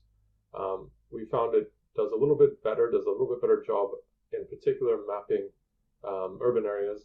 But there have been a few projects that people have carried out recently trying to assess the accuracy of these various global land cover data sets that have come out in the last few years. They're all have very similar accuracy assessments done. None is necessarily any better than the other. However, in this case, we are using the ESA world cover. We don't use the entire world cover dataset. We are using only 2 land classes that exist within it. First of which is urban areas, and the second which is agricultural areas. Urban areas are kind of self-explanatory in the sense of defining degradation. The picture you see on the left there is, I believe, downtown Manhattan in New York. There's very little natural about that type of environment. That's a place where natural processes have been completely removed from the situation. Entirely degraded area. Agricultural areas are a little bit different. Quite often they do maintain some semblance of land cover. For example, the image on the right is a coffee plantation in Colombia. So you can see it has worked its way into kind of the natural mosaic of the landscape on this hillside. There are natural trees, but it is still a conversion from natural environments, areas that could be degraded, for example. You might notice, for example, this is on a fairly steep hillside. Some areas in the world do restrict development on those very steep hillsides because that does lead to increased rates of erosion and so forth. So these are, again, areas that also would be suitable for some sort of restoration. Notably, we also exclude pastures from this, our definition of agricultural areas, because we don't have a very good global data set delineating pastures from other types of grassland. They're very similar from a remote sensing point of view. It requires a bit of auxiliary data to identify what is a pasture land versus a grassland. And there's not a very good update to that within the last 10, 15 years or so, I believe. So we're excluding pastures from this analysis for the time being. The second data set we use is coming from TransEarth, some of which you might be familiar with. This is a project led by Conservation International. It's an online tool, but it's also a QGIS plugin that you can use to identify areas of degradation. This is lined in with the SDG 15.3.1 indicator. They present this as a simple binary. Either there's been no change, there's been degradation, or there's been an improvement in terms of degradation on that land. And what they mean by degradation is they're talking about primary productivity. So Trends Nature tracks modeled trends in the performance, the state, and the trajectory of primary productivity. These are the 3 indicators of change in productivity. And in the case of TransEarth, they consider a decline in any one of these 3 indicators at a particular pixel to indicate that that pixel has been mapped as degraded. And our third input data set is the Human Footprint Index, and we're using a current 100-meter update of this for the year 2020. This work's currently in review, but it follows the same methodologies that have been used for the last 10 or 15 years to identify and map the human footprint around the globe. The human footprint's useful for identifying those less explicit and more cryptic forms of degradation that can result from other forms of human infrastructure that are built that we get missed, for example, when we're mapping urban areas, for example. So this can really capture those types of degradations associated with roadways and power infrastructure, and importantly, human access. So these are not just the linear roads, etc., that go off in through habitats and through environments, but the fact that humans then can access these areas and, for example, collect firewood, things like that, that do have a degrading effect on the environment as well. We use a value of 4, which has been the kind of standard in the literature to identify areas that are no longer ecologically intact. That is to say, areas with a human footprint index of greater than or equal to 4 are considered to no longer be ecologically intact. And so those areas would be suitable for some sort of restoration activity. So how do we take these 3 layers together? Well, we just do a simple summation. We consider any of these as a binary. So in the land cover data sets, if it's urban or agriculture, that pixel gets a value of 1. And if it's another land category, it gets a value of 0. Those changes in productivity, I mentioned before, TransEarth presents those as a binary as well. It's either degraded, or it's not degraded, or it's no change. And then with the human pressures, if something is above a human footprint value of 4, then it gets a value of 1 as well. So we sum these all up.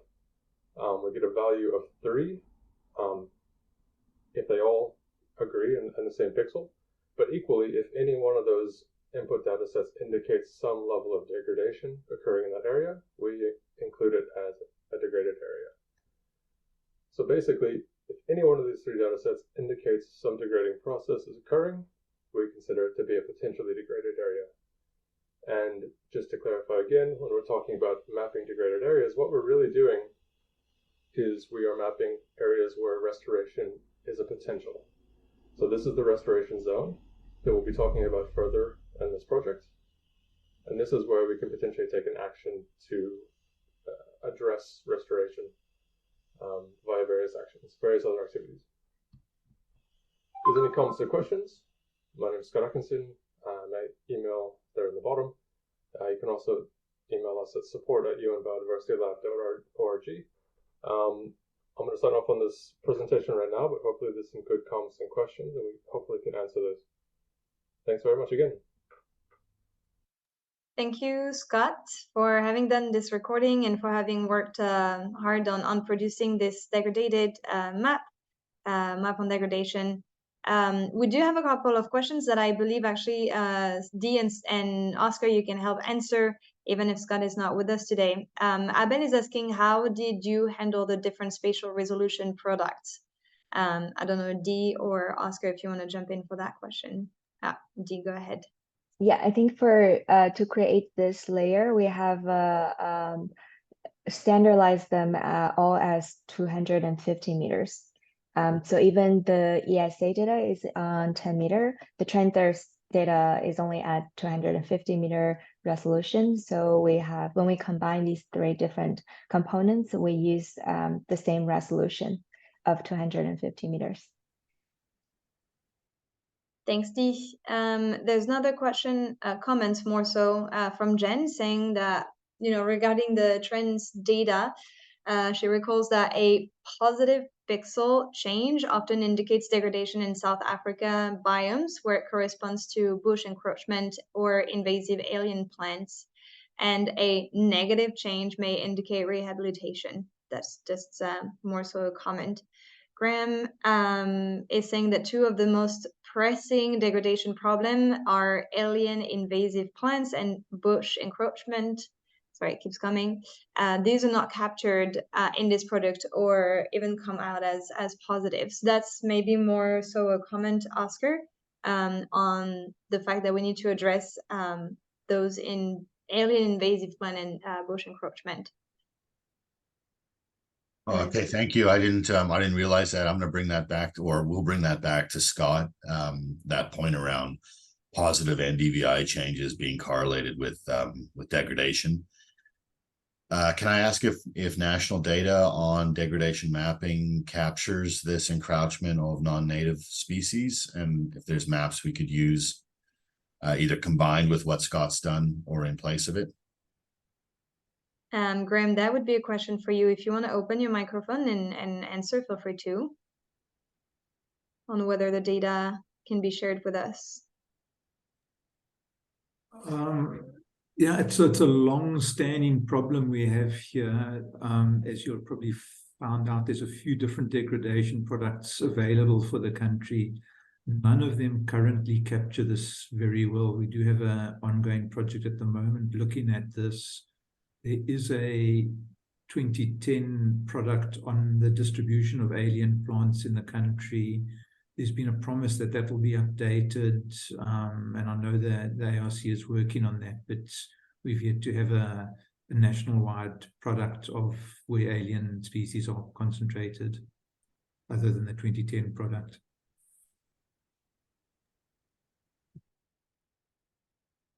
So, Oscar, challenging to have that, but I think that's something we should still bring back to Scott and keep in mind. Abel is asking if we also consider the error budgets or error propagation from various products. That might be for you, Oscar.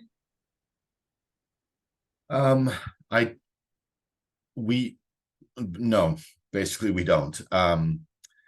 That's a solid point. Really, our approach is to identify the best available data sets and to bring them together to identify how error propagation might influence a final restoration map is really quite a complicated thing to do. We need to simulate that error within each one of the inputs, and probably iterate through many versions of simulated errors, and then bring those error-induced versions into the systematic conservation planning tool, run an optimization, evaluate whether our priorities change. You know, some errors into certain data sets might do very little to change priorities. Others might do a lot.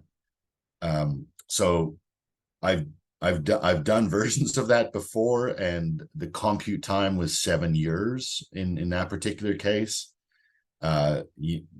Depending on the complexity of how we wanted to propagate the errors, it might be a similar scope for this project. So it's a great point. We know that input data sets have errors. We know that those errors can influence outputs of modeling like SCP, like we do in SCP.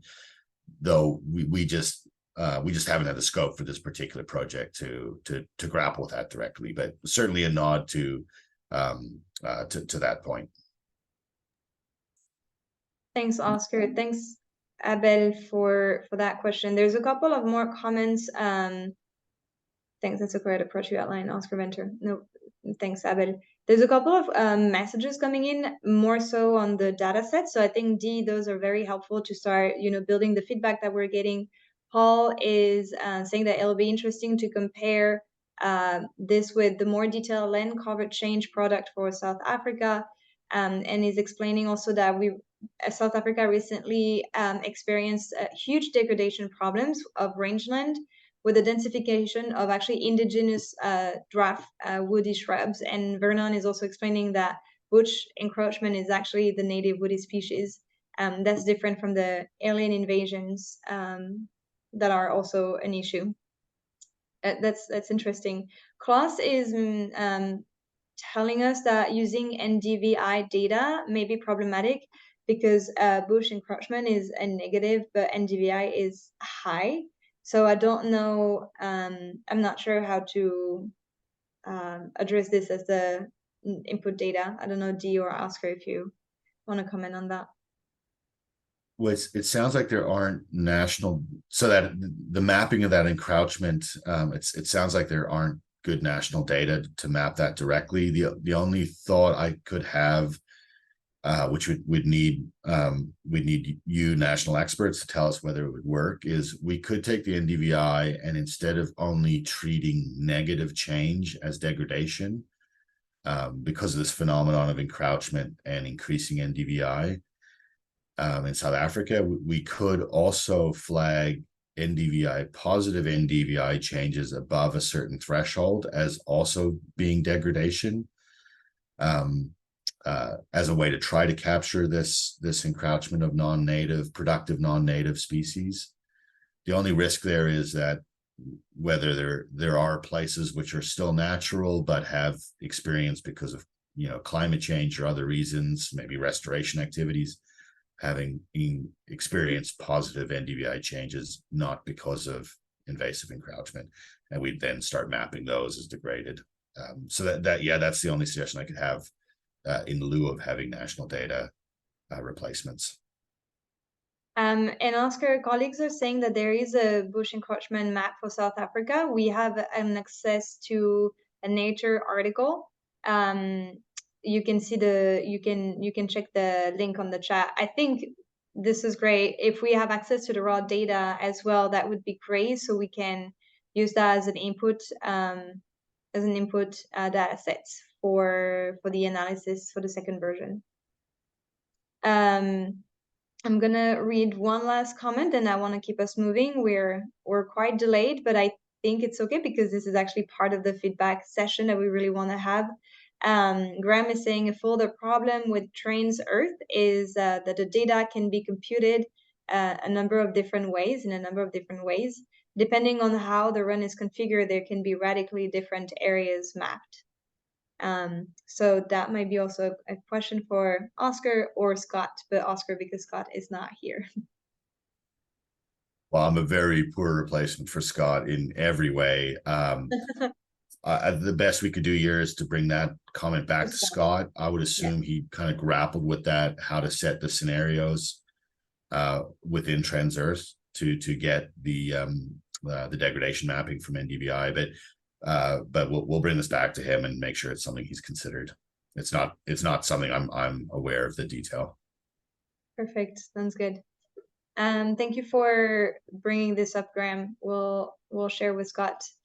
Let's move on to the next presentation. This time, I think, Oscar, I'm going to turn over to you again, focusing more on the use of systematic conservation planning for the production of this dossier. Oscar, you have the floor. Okay, thank you, Marianne. You're right, I see my presentation's coming up. I'm going to be really brief here. My objective is just to give us a bit of an overview of how systematic conservation planning was used in this project, or has been used so far in this project, to identify priority places in South Africa to, the slide should really read, rehabilitate, to maximize the benefits to biodiversity, climate change, and human well-being. Through the ALSA process, we talked a lot about restoration and rehabilitation, and the connotations of restoration, speaking to, directly restoring an ecosystem straight back to its original state, and how that's often not possible within South Africa. And therefore, we adopt the terminology, and we will here in the final dossier as well, of rehabilitation, which acknowledges that an ecosystem might be restored to its original state, but in many cases it might simply be rehabilitated such that it's providing ecosystem services. Again, its functional processes have been rehabilitated. Next slide, please. Thank you. I see, Monica, you're getting used to my ums and how they trigger slide changes. Okay, so we've already talked about this earlier in the sessions, but I just wanted to re-acknowledge that the restoration dossier really leverages the work that we did in 2021 with our national partners to develop a data bank, a set of methodologies, a systematic conservation planning tool that served to map essential life support areas in South Africa. It was quite an extensive project involving, at the beginning, a deep policy review of environmental policies within the country, and a policy hackathon with national stakeholders and experts to evaluate what are the most important environmental policies and desired outcomes within the country. Then a national team did a really amazing job of leading data collection, but really actually data development for South Africa, developing novel data sets that speak directly to those environmental policies. We then had a number of wider engagement sessions to harness and incorporate stakeholder weights to speak to environmental values in South Africa. So really all that work is the basis for the restoration dossier. We've just brought forward elements that work that speaks most directly to rehabilitation. And excuse me for jumping between the terminologies there. Next slide, please. So I don't really need to hammer away at this point of the benefits of systematic conservation planning. South Africa's adopted this tool probably more so than any other country in the world. I just want to quickly say that using spatial data to make land use decisions can be a complicated process. This landscape, this example landscape I'm showing you here, has 300 planning units or 300 pixels.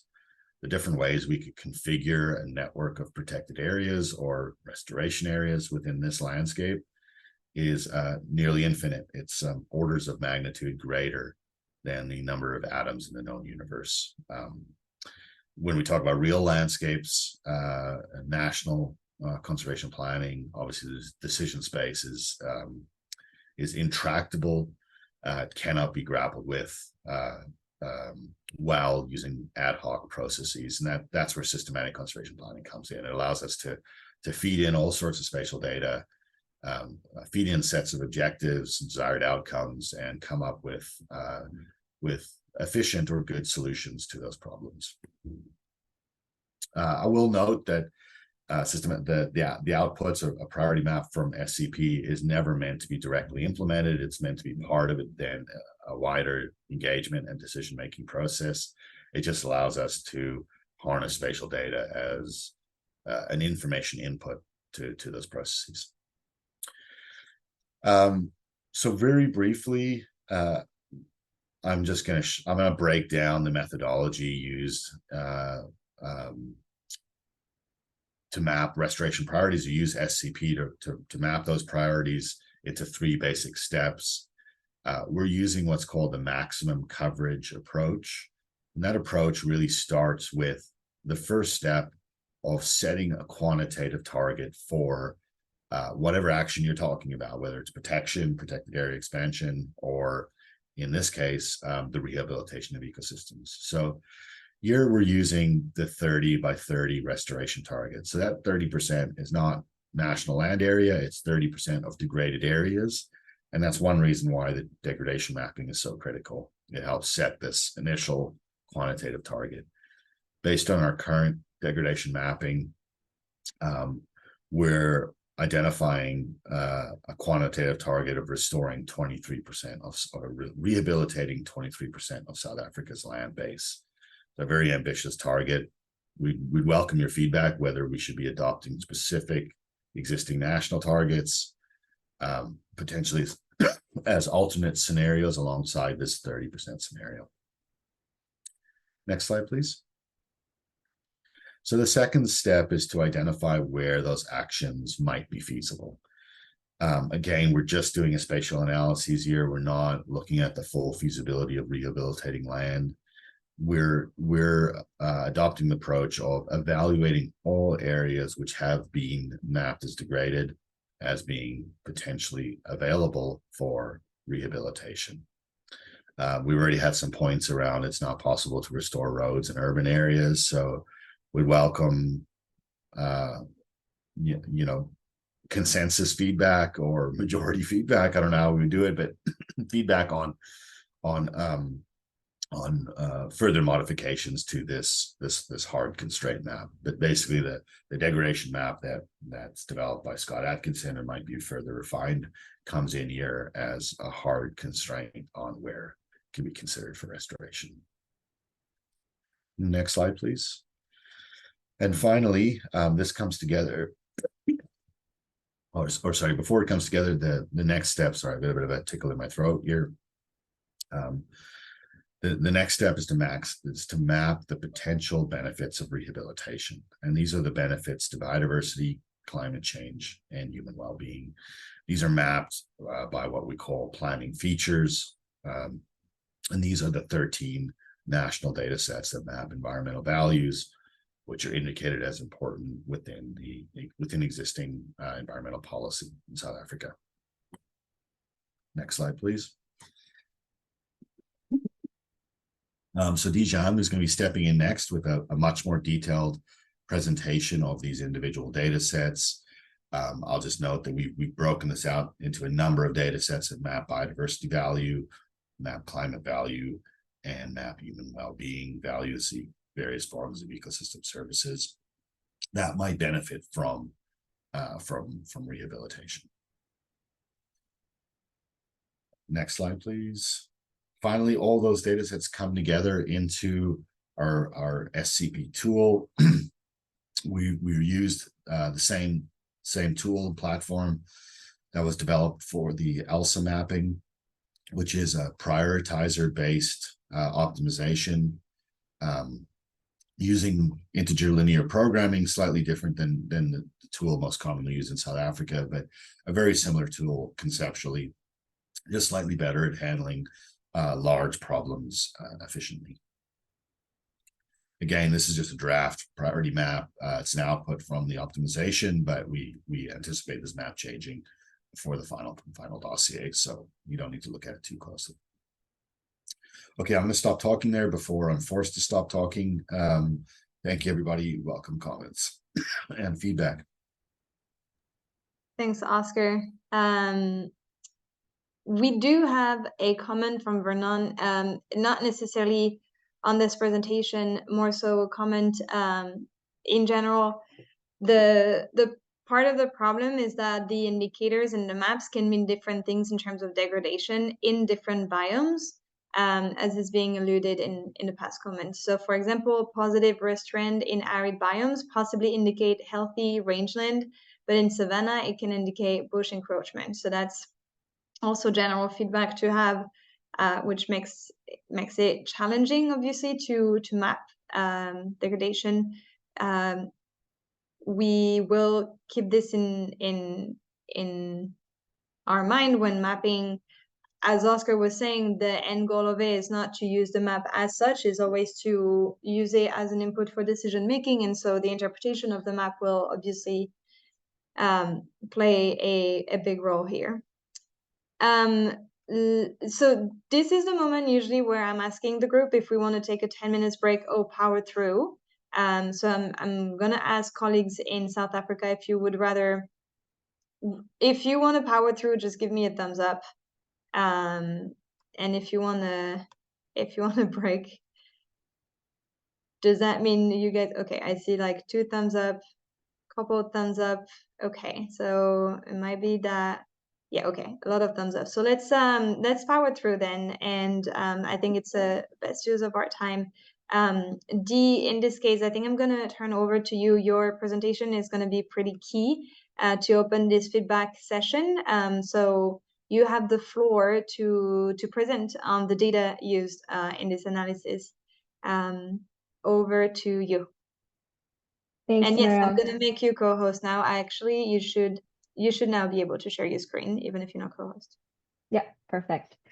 Hi, everyone. I'm Dijan. I'm a spatial planning and biodiversity expert with UNDP.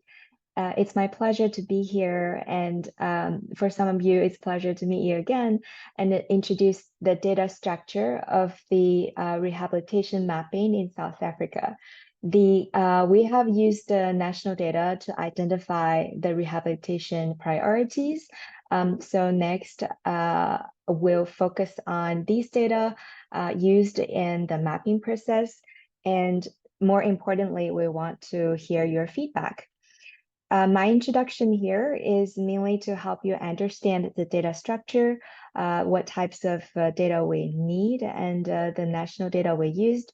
And for your feedback, it will be really helpful to have your review and your expert opinions in the following 3 aspects. If there are more updated data to replace or update the current layer we're using, and if there are additional features, aspects, or data we should consider to include in the process on defining rehabilitation priority, and any other suggestions you have for us to improve this mapping work. With that, I want to start my presentation with an overview of the data structure. We can broadly break them down into 4 data groups: the base map, planning features, zones, and optionally lock-in constraints. In today's discussion, our main focus will be the planning features. Each data group has slightly different requirements on the spatial data used. Here is a full list of data layers we used to create the first iteration of the map, which Oscar just showed you in his presentation. The planning features used here were selected and created through an in-depth policy hackathon and data hackathon during the ALSA project to represent 10 most important policy commitments in nature and climate in South Africa. The data collection by that time was led by Jen and Greer, who joined us today, and we really appreciate their efforts there. We will start with the base map or the planning units. The base map defines the range and scale of our planning area. Here we are doing a national scale mapping, so we use the national boundary map of South Africa as the base map. Then the planning area will be divided into a set of discrete areas. In GIS term, it equals to a pixel of a raster layer, where each unit can be independently calculated and selected. The size of planning units are determined by multiple factors, such as the resolution of input data and the implementation needs of the country. We are using a national boundary of South Africa, and additionally, we extended this boundary to cover coastal features, including coastal, semi-coastal vegetation, estuaries, and the shore. Here we use a planning unit of 250 meter. Compared to the 1 kilometer in ALSA map, this rehabilitation map is in a much finer scale, also lead to a larger number of planning units of more than 19 million planning units. The next group of data, also our main focus today, is the planning features. These are data layers that can spatially identify rehabilitation and restoration need, as well as the potential benefits. We have broadly grouped them into 3 clusters: benefits for biodiversity and ecological infrastructure, benefits for climate change mitigation, and benefits for human well-being. And we will start with layers in biodiversity and ecological infrastructure. This include nationally identified important and representative ecosystems, as well as areas to enhance on rehabilitation efforts. The first few layers have a focus on water ecosystem, and this one is official river ecosystem. Together with wetlands, these areas represent water ecosystems to be maintained. And then from the same sets of data, we have singled out water ecosystems to be rehabilitated to highlight the area identified that needs rehabilitation efforts. Next layer, we have sub-catchment for rehabilitation. This map highlights subcatchments that have deteriorated in condition in the last decade and have moved from a broad maintenance regime to a rehabilitation regime. And we used the condition assessment from FEPA, also included low condition subcatchment within the strategic water source areas. Then the next layer is the strategic water source area itself. Here is the surface water. There are 22 strategic water source areas identified, and 11 of them are defined as more urgent to secure. So here we are giving higher weights to the 11 more urgent strategic water areas to increase their potential representativeness in the final map. And then we also included groundwater in the strategic water source areas. These are areas with high groundwater recharge and where the groundwater forms a nationally important resource.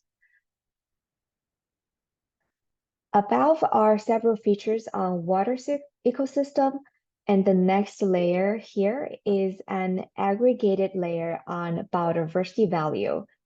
It's also created during the ALSA project. This is a heat map comprised of several important features.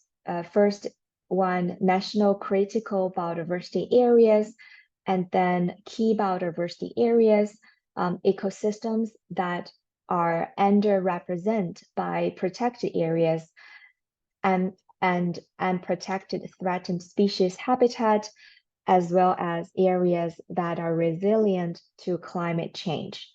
This layer is to highlight the biodiversity value in the country, especially those are not well covered by existing protected areas. And those threatened species rely on healthy ecosystem, thus will also benefit from the rehabilitation activities and restoration actions. Then we consider areas of importance for control of invasive alien plants. This is a national data provided by DFFE and Natural Resource Management. The input data sets were used to determine priorities included water yield and quantity, groundwater recharge, terrestrial and aquatic biodiversity, nature resource utilization, and ecosystem services, the distribution of invasive alien species, and the presence of poverty. So this is a comprised layer including all these different elements and important features to highlight areas for invasive alien plants control. And the next two layers are also about invasive species.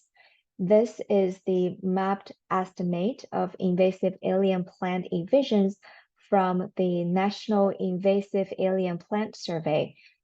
This layer here is specifically on landscape evasions. And then we also included the invasive alien plant evasions specifically on riparian evasions. Then next are layers used to help identify climate and carbon benefits from rehabilitation. We are using a national data on soil organic carbon stocks. This layer has combined both DFFE's total soil organic carbon layer and the soil organic carbon layer, organic carbon in natural areas from Zander Venter to highlight areas identified as high carbon stock in both data, in both layers. And the next part are features about agriculture, disaster risk reduction, and local livelihood that can benefit from rehabilitation activities. First, we have the high potential agriculture areas. Jen also mentioned that in our chat earlier. These areas are regarded as large, relatively homogeneous portions of high value agriculture land that has potential to sustainably contribute to the production of food. As such, these areas are part of the planning approach to rationalize the land use activities and to ensure the sustainable utilization of the natural agriculture resources. In the next iteration, we can also add the grazing land in the consideration where can actually benefit from rehabilitation actions. And the next layer is on high risk settlements. This layer itself comprises 4 types of risks: increase in drought tendencies, increase in wildfires, increased risk of urban flooding, and areas most exposed to coastal flooding under future climate change scenario. The next 2 layers are about wildlife sector. This one is the current extent of wildlife ranches. The data is collected from various data sets by SAMBI. It provides insights about contributions of working lands to the wildlife economy and the conservation of natural resources, and can potentially benefit from rehabilitation actions. And then next layer is an aggregated layer created to indicate the potential suitable areas for the expansion of wildlife ranching.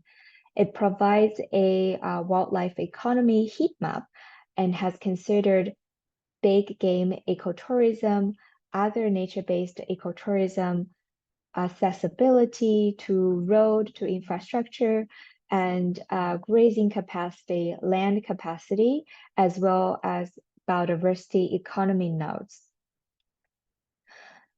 So above is an overview of the planning features used in the first iteration of the rehabilitation mapping. The planning feature data will provide a basis or input information for the selection of the restoration priorities.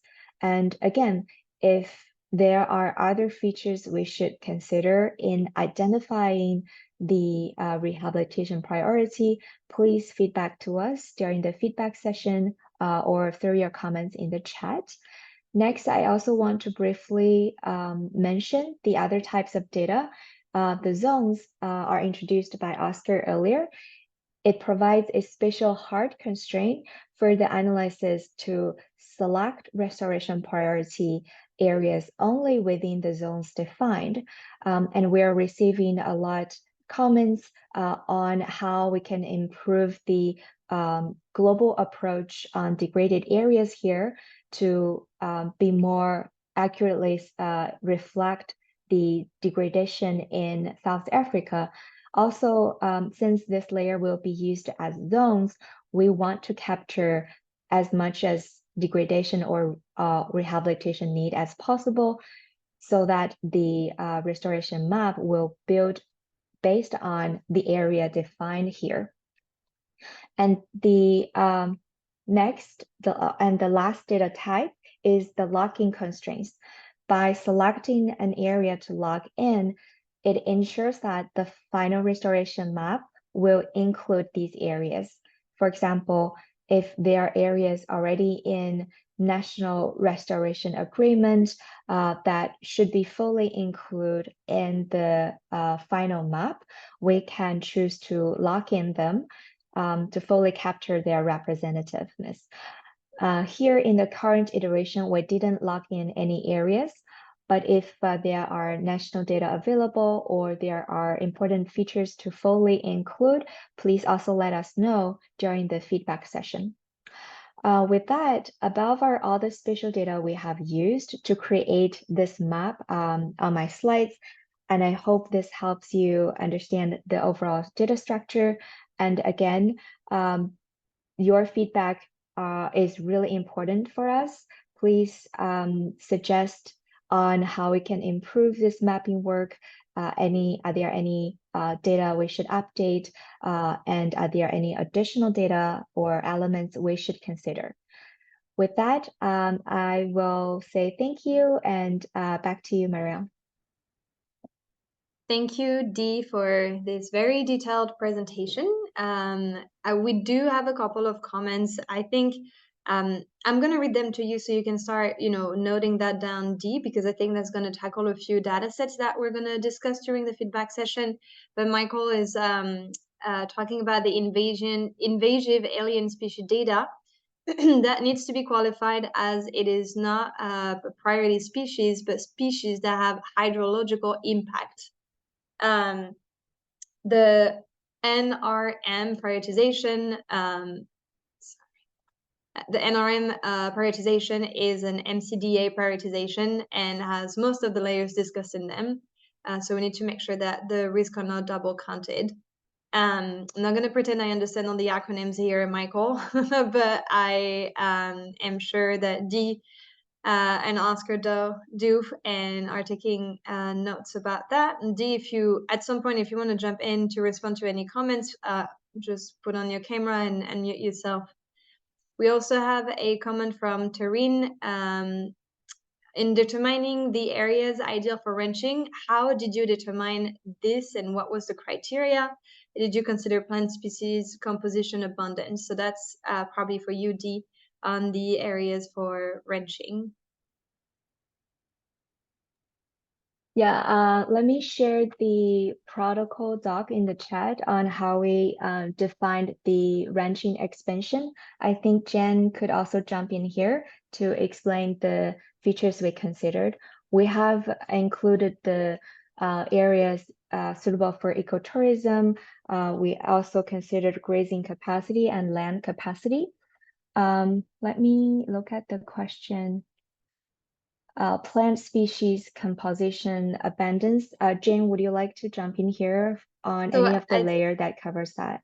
I think Jen had to drop. I saw a Yeah. message on her saying that she had to drop. If any colleagues wants to jump in instead, feel free to. But no, Jen is not here. So, Marianne, just to jump in, I don't think that species composition abundance was necessarily considered in that layer. Yeah. I had just had a look at the input layers. So we have considered the animal habitat and area suitable for ecotourism, but no, we haven't included the plant species composition. If you think that's important elements to include, we can also add that to the wildlife ranching layer. What do the national experts think here? Yeah, Tareen, let us know if you think that would be an important input layer for the map, and if so, it would be great to have access to the data so that we can add that. So just let me know if that's possible. There is also a comment in the meantime from Michael on the most important layer, the historical investments in soil conservation. And this is not added. The risk of soil conservation measures failing is a major risk to the country. So we need to add also this historical investment in soil conservation. Thank you, Michael, for that. I think you guys have opened basically what we aim to do for the next half hour to an hour, depending on how much time it will take us, and it's the feedback session. We have put together an Excel spreadsheet with the input layers for each of the maps, so the degraded map and the priority map, and we would like to have your feedback on the data, exactly as you've been doing for the past hour. So Monica, if you can actually switch, we're gonna switch to the Excel spreadsheet. So we're gonna collect input, as I was saying, on the degradation and the restoration priority map. As we were discussing at the beginning, feel free to not only provide feedback on the data themselves, but on the general map and provide more context. So if you now look at your Zoom screen, you see a spreadsheet, and we're going to drop the link in a second, or I think Dee just did it, maybe. What you see on the screen is the summary and repository of data that we used. So the first tab we're not going to address in this feedback session, but it's all the data basically used in the maps in the dossier. So feel free to look at it. This is more informative. What I would like us to focus on is the feedback on the data used for the degradation mapping and the restoration priority map. So Dee just dropped the link of this spreadsheet on the chat. So feel free to click on it. And Monica, let's please go to tab 2, and we're going to start with the feedback on the data used in the degradation mapping. So I'm letting just a few minutes for the colleagues to share and to access this second tab. So on the on the degradation mapping. So Dee, I see that you have already added quite a lot of comments from colleagues that came after Scott's presentation. Then thank you so much for doing that. Here, as per Scott's presentation, we're looking at 3 input. We're looking at the European Space Agency world cover data, the Trans Earth degraded area, and the human footprint index. So since we've received feedback on those 3 layers already, I would like to open the floor for colleagues to comment further and add any additional comments or any suggestions of the layers and data sets that we should use here for the degradation map specifically. I see that a couple of people are connected on the spreadsheet directly. If you can, do not, yes, exactly, do not edit directly without letting us know, so it doesn't create too much of a mess. But open to colleagues if you have any additional feedback, any additional input, specifically on the data used for the degradation mapping. Over to this group. I see more people are connecting. Dee, in the meantime, I see that you have captured the comments. Let me connect on this one too. On the land cover and habitat modification data, we have captured the issue around NDVI data, using the human footprint data, etc. I don't know that there is necessarily feedback from our colleagues. The group is remaining quiet. All right, there is one comment from Paul in the chat who is recommending data sets on soils vulnerable to erosion, waterlogging, and salination. So these would be helpful. Do you have access to those data sets, Paul? That would be the data sets on soil vulnerable erosion, waterlogging, and salination. Do you have those? Perfect. So Paul will share that with us. Thank you so much. And Michael, you're saying that you cannot comment on the Excel, but you would like to add the erosion susceptibility layer. Dee can definitely comment, and I think Dee, you were typing at the same time on the spreadsheet. The other one is the erosion susceptibility layer that Michael is recommending to add. Thank you, Michael.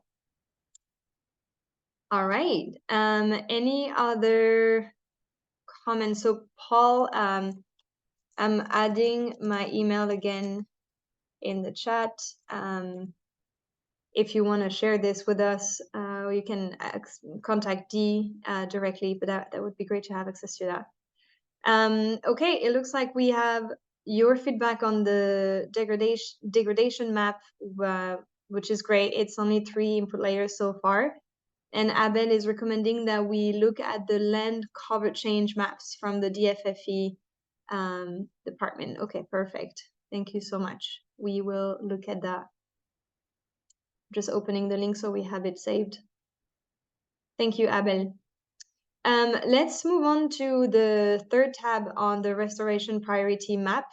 Dee, if you can give me a thumbs up that you're okay to move on, because there is much more input. Okay, perfect. There is much more input in this tab. So the degradation map was an input to the restoration priority map, as you understood from the different presentation. So we're now on the same spreadsheet, but on tab 3, feedback on the data used for the restoration priority map. And the way we usually lead this exercise is to go row by row and to address all of the, each one of the data inputs and see if they're okay or not. So I count on everyone to be super efficient, and let's start with the water ecosystem to maintain. So that's from Senby from 2019, and that's the official river ecosystem map. And together with the wetlands that represent the water ecosystems that have to be maintained. I don't know if there's any comments on this one. Just for the sake of keeping us on time, I'm going to give just a few seconds per layer. And if you have any comments, feel free to raise your hand. That will be probably faster than typing on the chat. And then if I don't see any comment, I'll move on to the next one. I just want to be respectful of your time. And I know it's towards the end of the afternoon for you. So last call for water ecosystems to maintain. Any feedback? Any hand raised? All right. It looks like This is okay. Let's move on to water ecosystem to rehabilitate. This one is also from SANBI 2018, and that's the official river ecosystem map. And they, with the wetland, they're also maintaining the water ecosystem that have to be this time rehabilitated. Any comment, any hand raised, any questions on this one? Just looking at the list. I don't think so. All right. Okay, so I see, Graham, you have comments on the layers, but you will send them through later. That sounds great. Feel free to add them if you see. I do think there's a possibility to comment on the spreadsheet. If you want to add that directly, feel free to. And if you think some of the comments might be better discussed, you know, with the science team live, it's also good for us to have your input at this moment. Let's move on to, we're now line 5, sub-catchment for rehabilitation. That data set highlights sub-catchments that have deteriorated in condition in the last decade and have moved from broad maintenance regime to rehabilitation regime. This is created based on FEPA, and that's also from 2018. Thank you. Thank you, Greer and Dee, for sharing the link again. And as a reminder, we are on tab 3, line 5, specifically on the dataset of sub-catchment for rehabilitation. Any comments or any feedback on this one?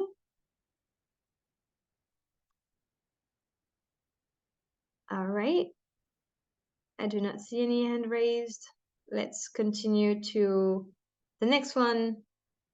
So SWSA surface water. SWSA stands for Strategic Water Source Areas, that are defined areas as land that either supply a disproportionate quantity of mean annual surface water runoff in relation to their size, and so are considered nationally important, or have high underground water recharge and where the groundwater forms a nationally important resource, or areas that meet both the criteria A and B. This is also from SANBI. I'm not sure this time which year it is. Let me read the question. Okay, so there is a question, D, for you from Michael on why we did not use the groundwater priority areas.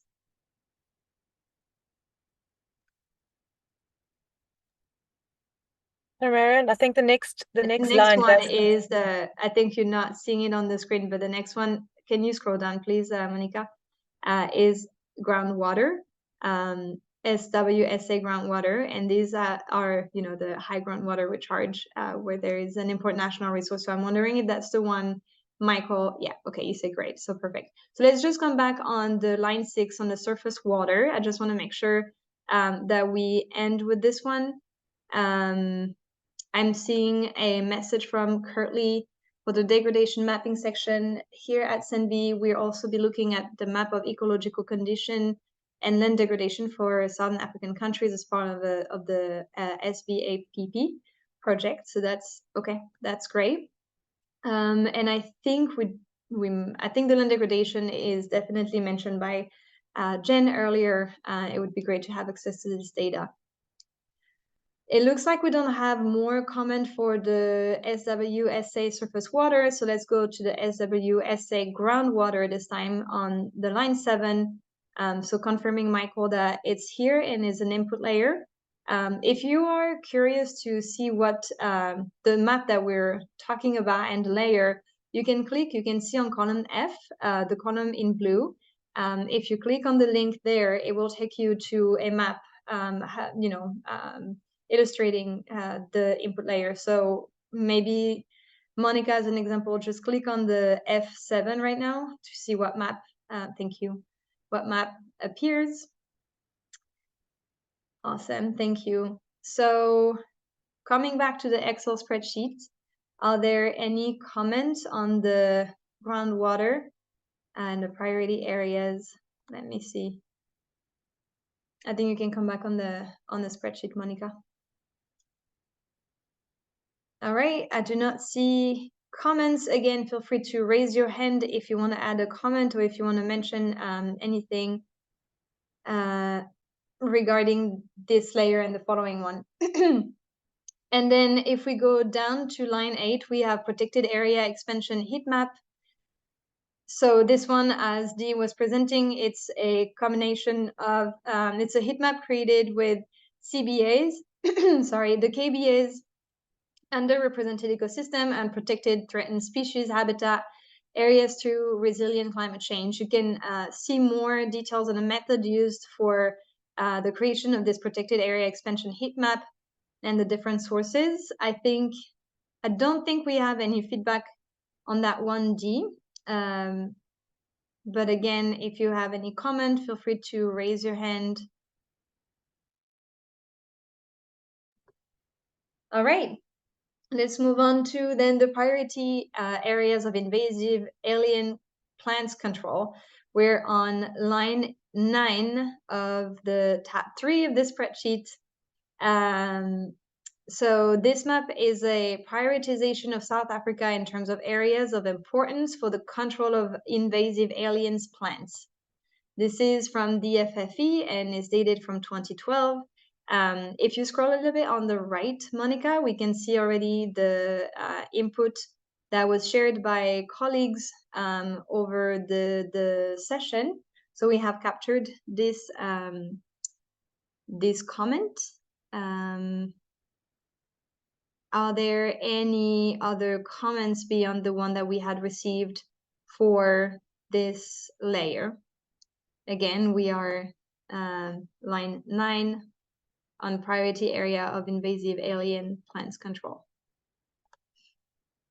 It looks good, so let's go back to the left, Monica, please. And let's go to the next one, which is invasive alien plant invasion landscape. So that is a map of an estimate of invasive alien plant invasion from the National Invasive Alien Plant Survey that was done in 2010. We've mentioned that before. 2010 is a long time ago and is currently being redone. And I don't know if we have a more recent version of this data set. And I'm not sure the is expected. I see, Michael, you say not yet, so no problem. It's written in the description that there is an expected new layer in September 2021. I don't know if it's a mistake or if it was 2023, but whenever we have more news on this layer, that would be great. Move to December 2023. So if you can add that D, just so we have a record. It's expected in not September 2021, but in December 2023. Thank you, Michael. This is great. So no comment on this one either.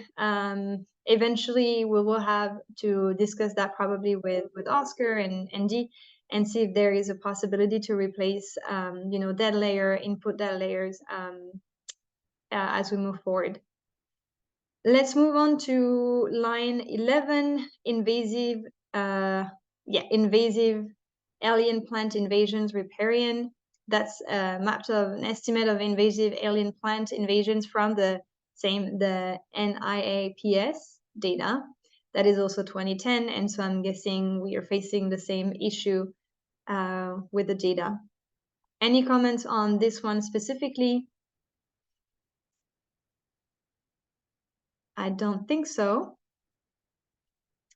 All right, so let's move on to the next one, and we're getting into the climate change and mitigations area. So far, we were under biodiversity, and this one is the soil organic carbon.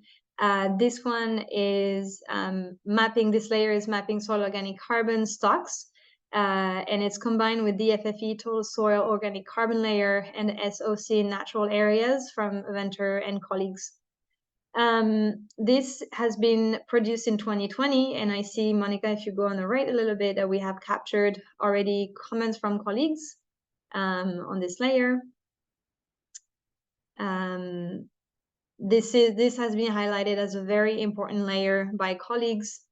If you have any additional comments to the one that has been made here, please let me know. All right, we're making progress. We do have time, so do not hesitate to cut me. But if we're moving on, then let's go now to human well-being, starting with the layer high priority agriculture area. We're now line 13 of the third tab. These high priority agriculture areas, these are the high potential agriculture areas that are regarded as large, relatively homogeneous portions of high value agricultural land that has the potential to sustainably, in the long term, contribute significantly to the production of food. I'm just going to pause because Graham is coming back on the soil organic carbon. There are potentially better info that you can send us, so that's great. Dee, maybe you can just flag that for this input layer, there might be better that are coming to us, just so we do not forget, and then we can liaise with Graham. So that's great. Thank you, Graham.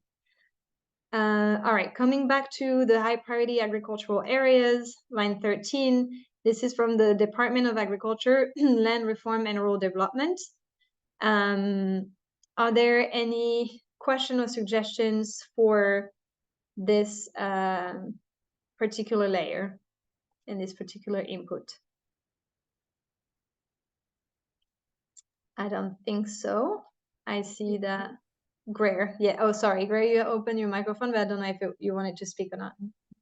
So I did raise this with Oscar and Dee before. Just I think we need to be specific about whether it's high potential agricultural for cultivation or high potential for grazing. Because when we're looking at prioritizing restoration, we would want to be probably prioritizing grazing, high grazing potential land as a priority. But I'd like to hear what other people have to say about that. Thanks, Greer. Colleagues, feel free to open your microphone and jump in to contribute to that comment. So Paul is saying that that layer is for cultivation only. Yes, thanks, Paul. I think when we did the ILSA, this is the layer that was available, and I believe the grazing, the high potential grazing layer is now available. So I think that's what Oscar was asking earlier, is whether the high grazing potential layer is available, and I think that should be used for prioritization rather than cultivated areas.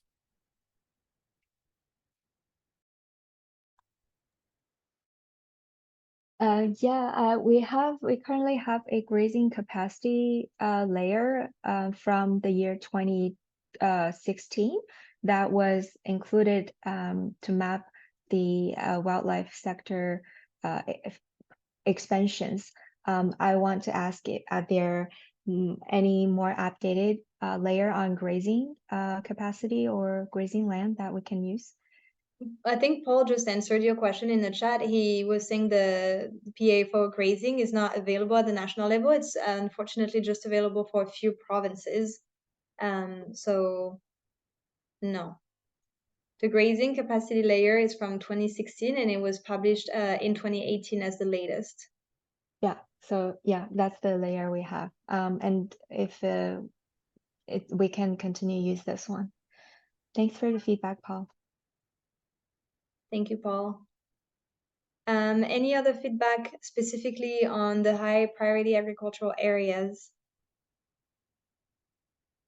I don't see any comment, so let's go to the next row, row 14, high risk settlements. That shows settlements at risk of increasing in drought tendency, increasing in wildfire, increased risk of urban flooding, and the most exposed to coastal flooding by 2050. So we're on line 14. If you can highlight this one, Monica, and not the 13. Again, let me know if you have any comments or any suggestions vis-a-vis this map, this layer specifically. I don't know that we had actually received any comments for this one. I don't think so. This is blank. So any addition here, but I don't think so. I'm looking at colleagues' comments. I don't think so.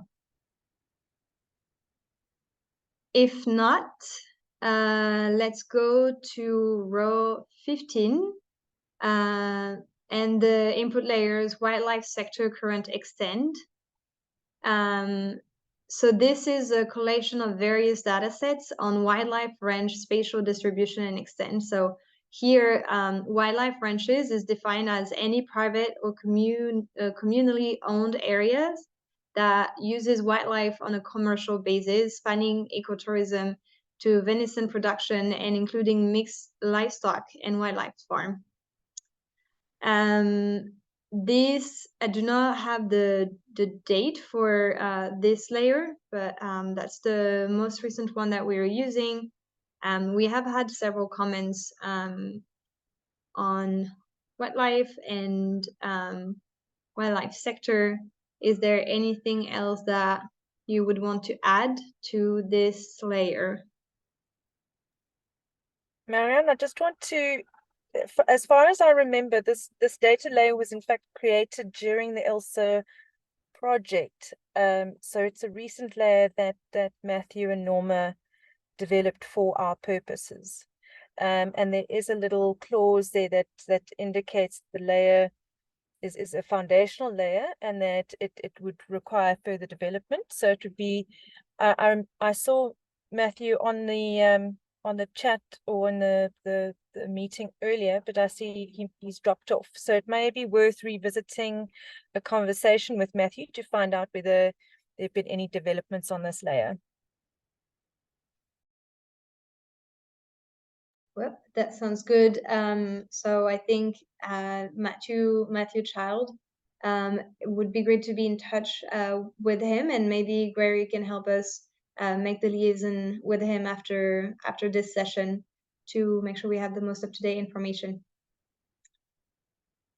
Excellent, thank you, Greer. Any other comment on the wildlife sector current extent layer?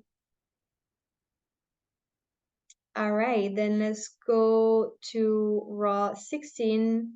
Row 16 is on the wildlife sector expansion. It's a heat map again of areas potentially suitable for the expansion of wildlife ranching. Layers consider big game ecotourism, other nature-based ecotourism, accessibility, grazing capacity, land capability, and biodiversity economic nodes. If you click on the link, you can see, of course, the method document used for creating this heat map.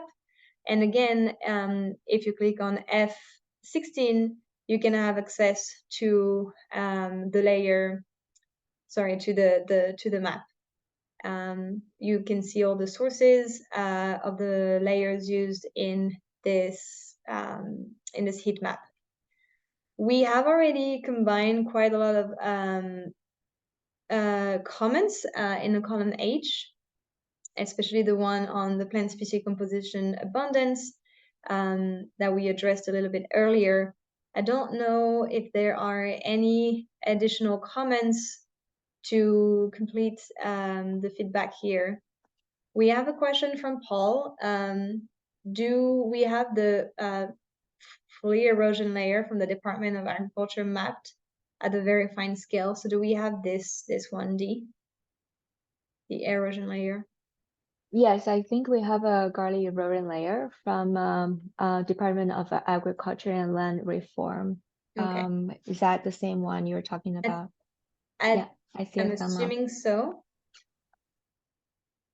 Is there a thumbs up? Oh yeah, I see a thumbs up. My screen is too small. So we do have it, and it's being used here. So unless we have a more recent version, I think we're good.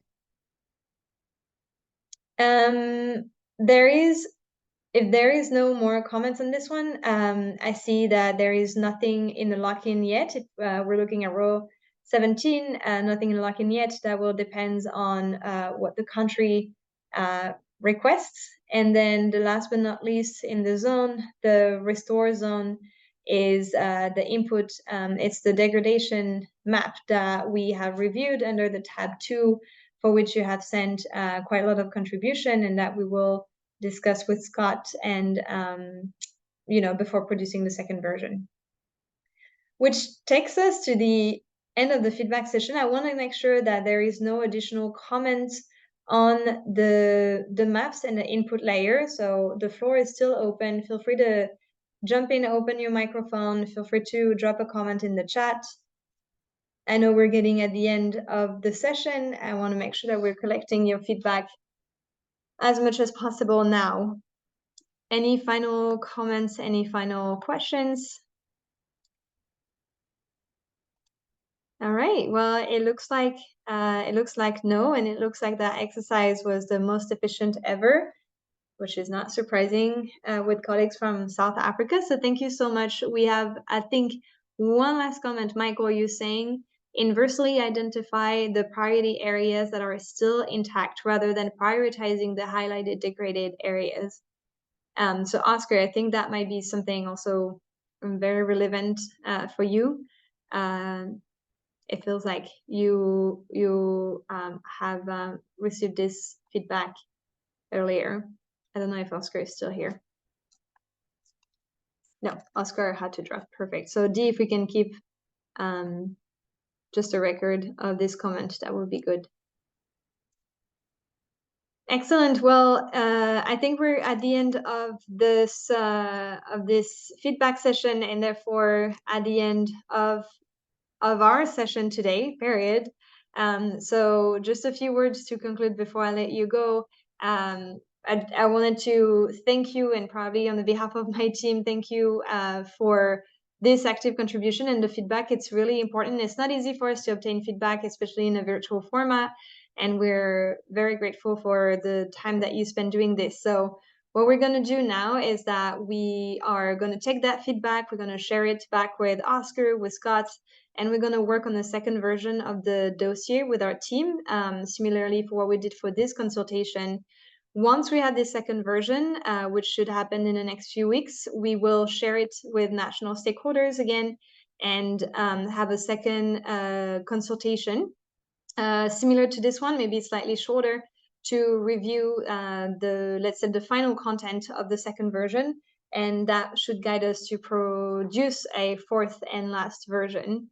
Abel, I see that you're saying you might send additional information later. Absolutely. The only little request that we're having is that you send them sooner rather than later, as we're on a strict timeline for this project, and we're trying to collect and consolidate this information in the next few weeks, if not the next few days, so we can produce a second version of the dossier.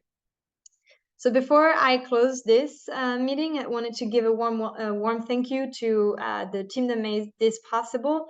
I wanted to thank the UNDP country office in South Africa, and especially Dr. Ayodele Odusola, the resident representative of the country office, and his support for the project. Many thanks to Jordan Parker, Nokutula Mene, and Boitumelo Gabantitste, who've provided valuable assistance and insight and support to have this project launched and implemented in South Africa. Many, many thanks to Greer Hawley for coordinating all the stakeholders and providing inputs on how we should lead this restoration consultation and all of the feedback on the dossier.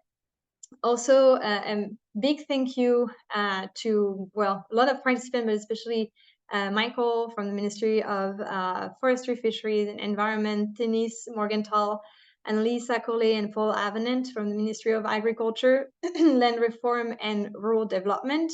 Thank you so much for having engaged before this consultation and during the consultation to provide feedback. We also want to thank a lot of experts that have provided comments and input before that session today, and that includes, among other, Graham, Mishek, Michael, again. I would like to acknowledge on our side Jamison Irvin for creating that vision and inspiring us to explore it with South Africa. together with her team, Enrique, Monica Mora, Cassandra, Veronica. A special thanks to Oscar, Scott, and Dee, all spatial gurus, for having led the creation of these maps and this dossier. And of course, many thanks to all of the participants and the national experts, and thank you for giving us some of your time. We know that you're working on so many projects at the same time, and we always appreciate you dedicating a few hours to the project that we're implementing. We will continue to count on you as we're developing the second version of the dossier. Share it with you, and have the second consultation. So thank you so much. It's been a pleasure to facilitate this workshop. We're excited to continue this journey with you. We will be in touch in a couple of weeks with a date for a second consultation, and we hope that the contribution can be as high as today. Thank you so much. Have a great evening on this side of the world, a great day for the rest of us in the Americas, and we'll talk to you soon. Thank you so much. Thank you so much. Thank you so much, Marion. Thank you, everyone. Have a great, enjoy the rest of your night. Thank you. Thank you. Bye, everyone.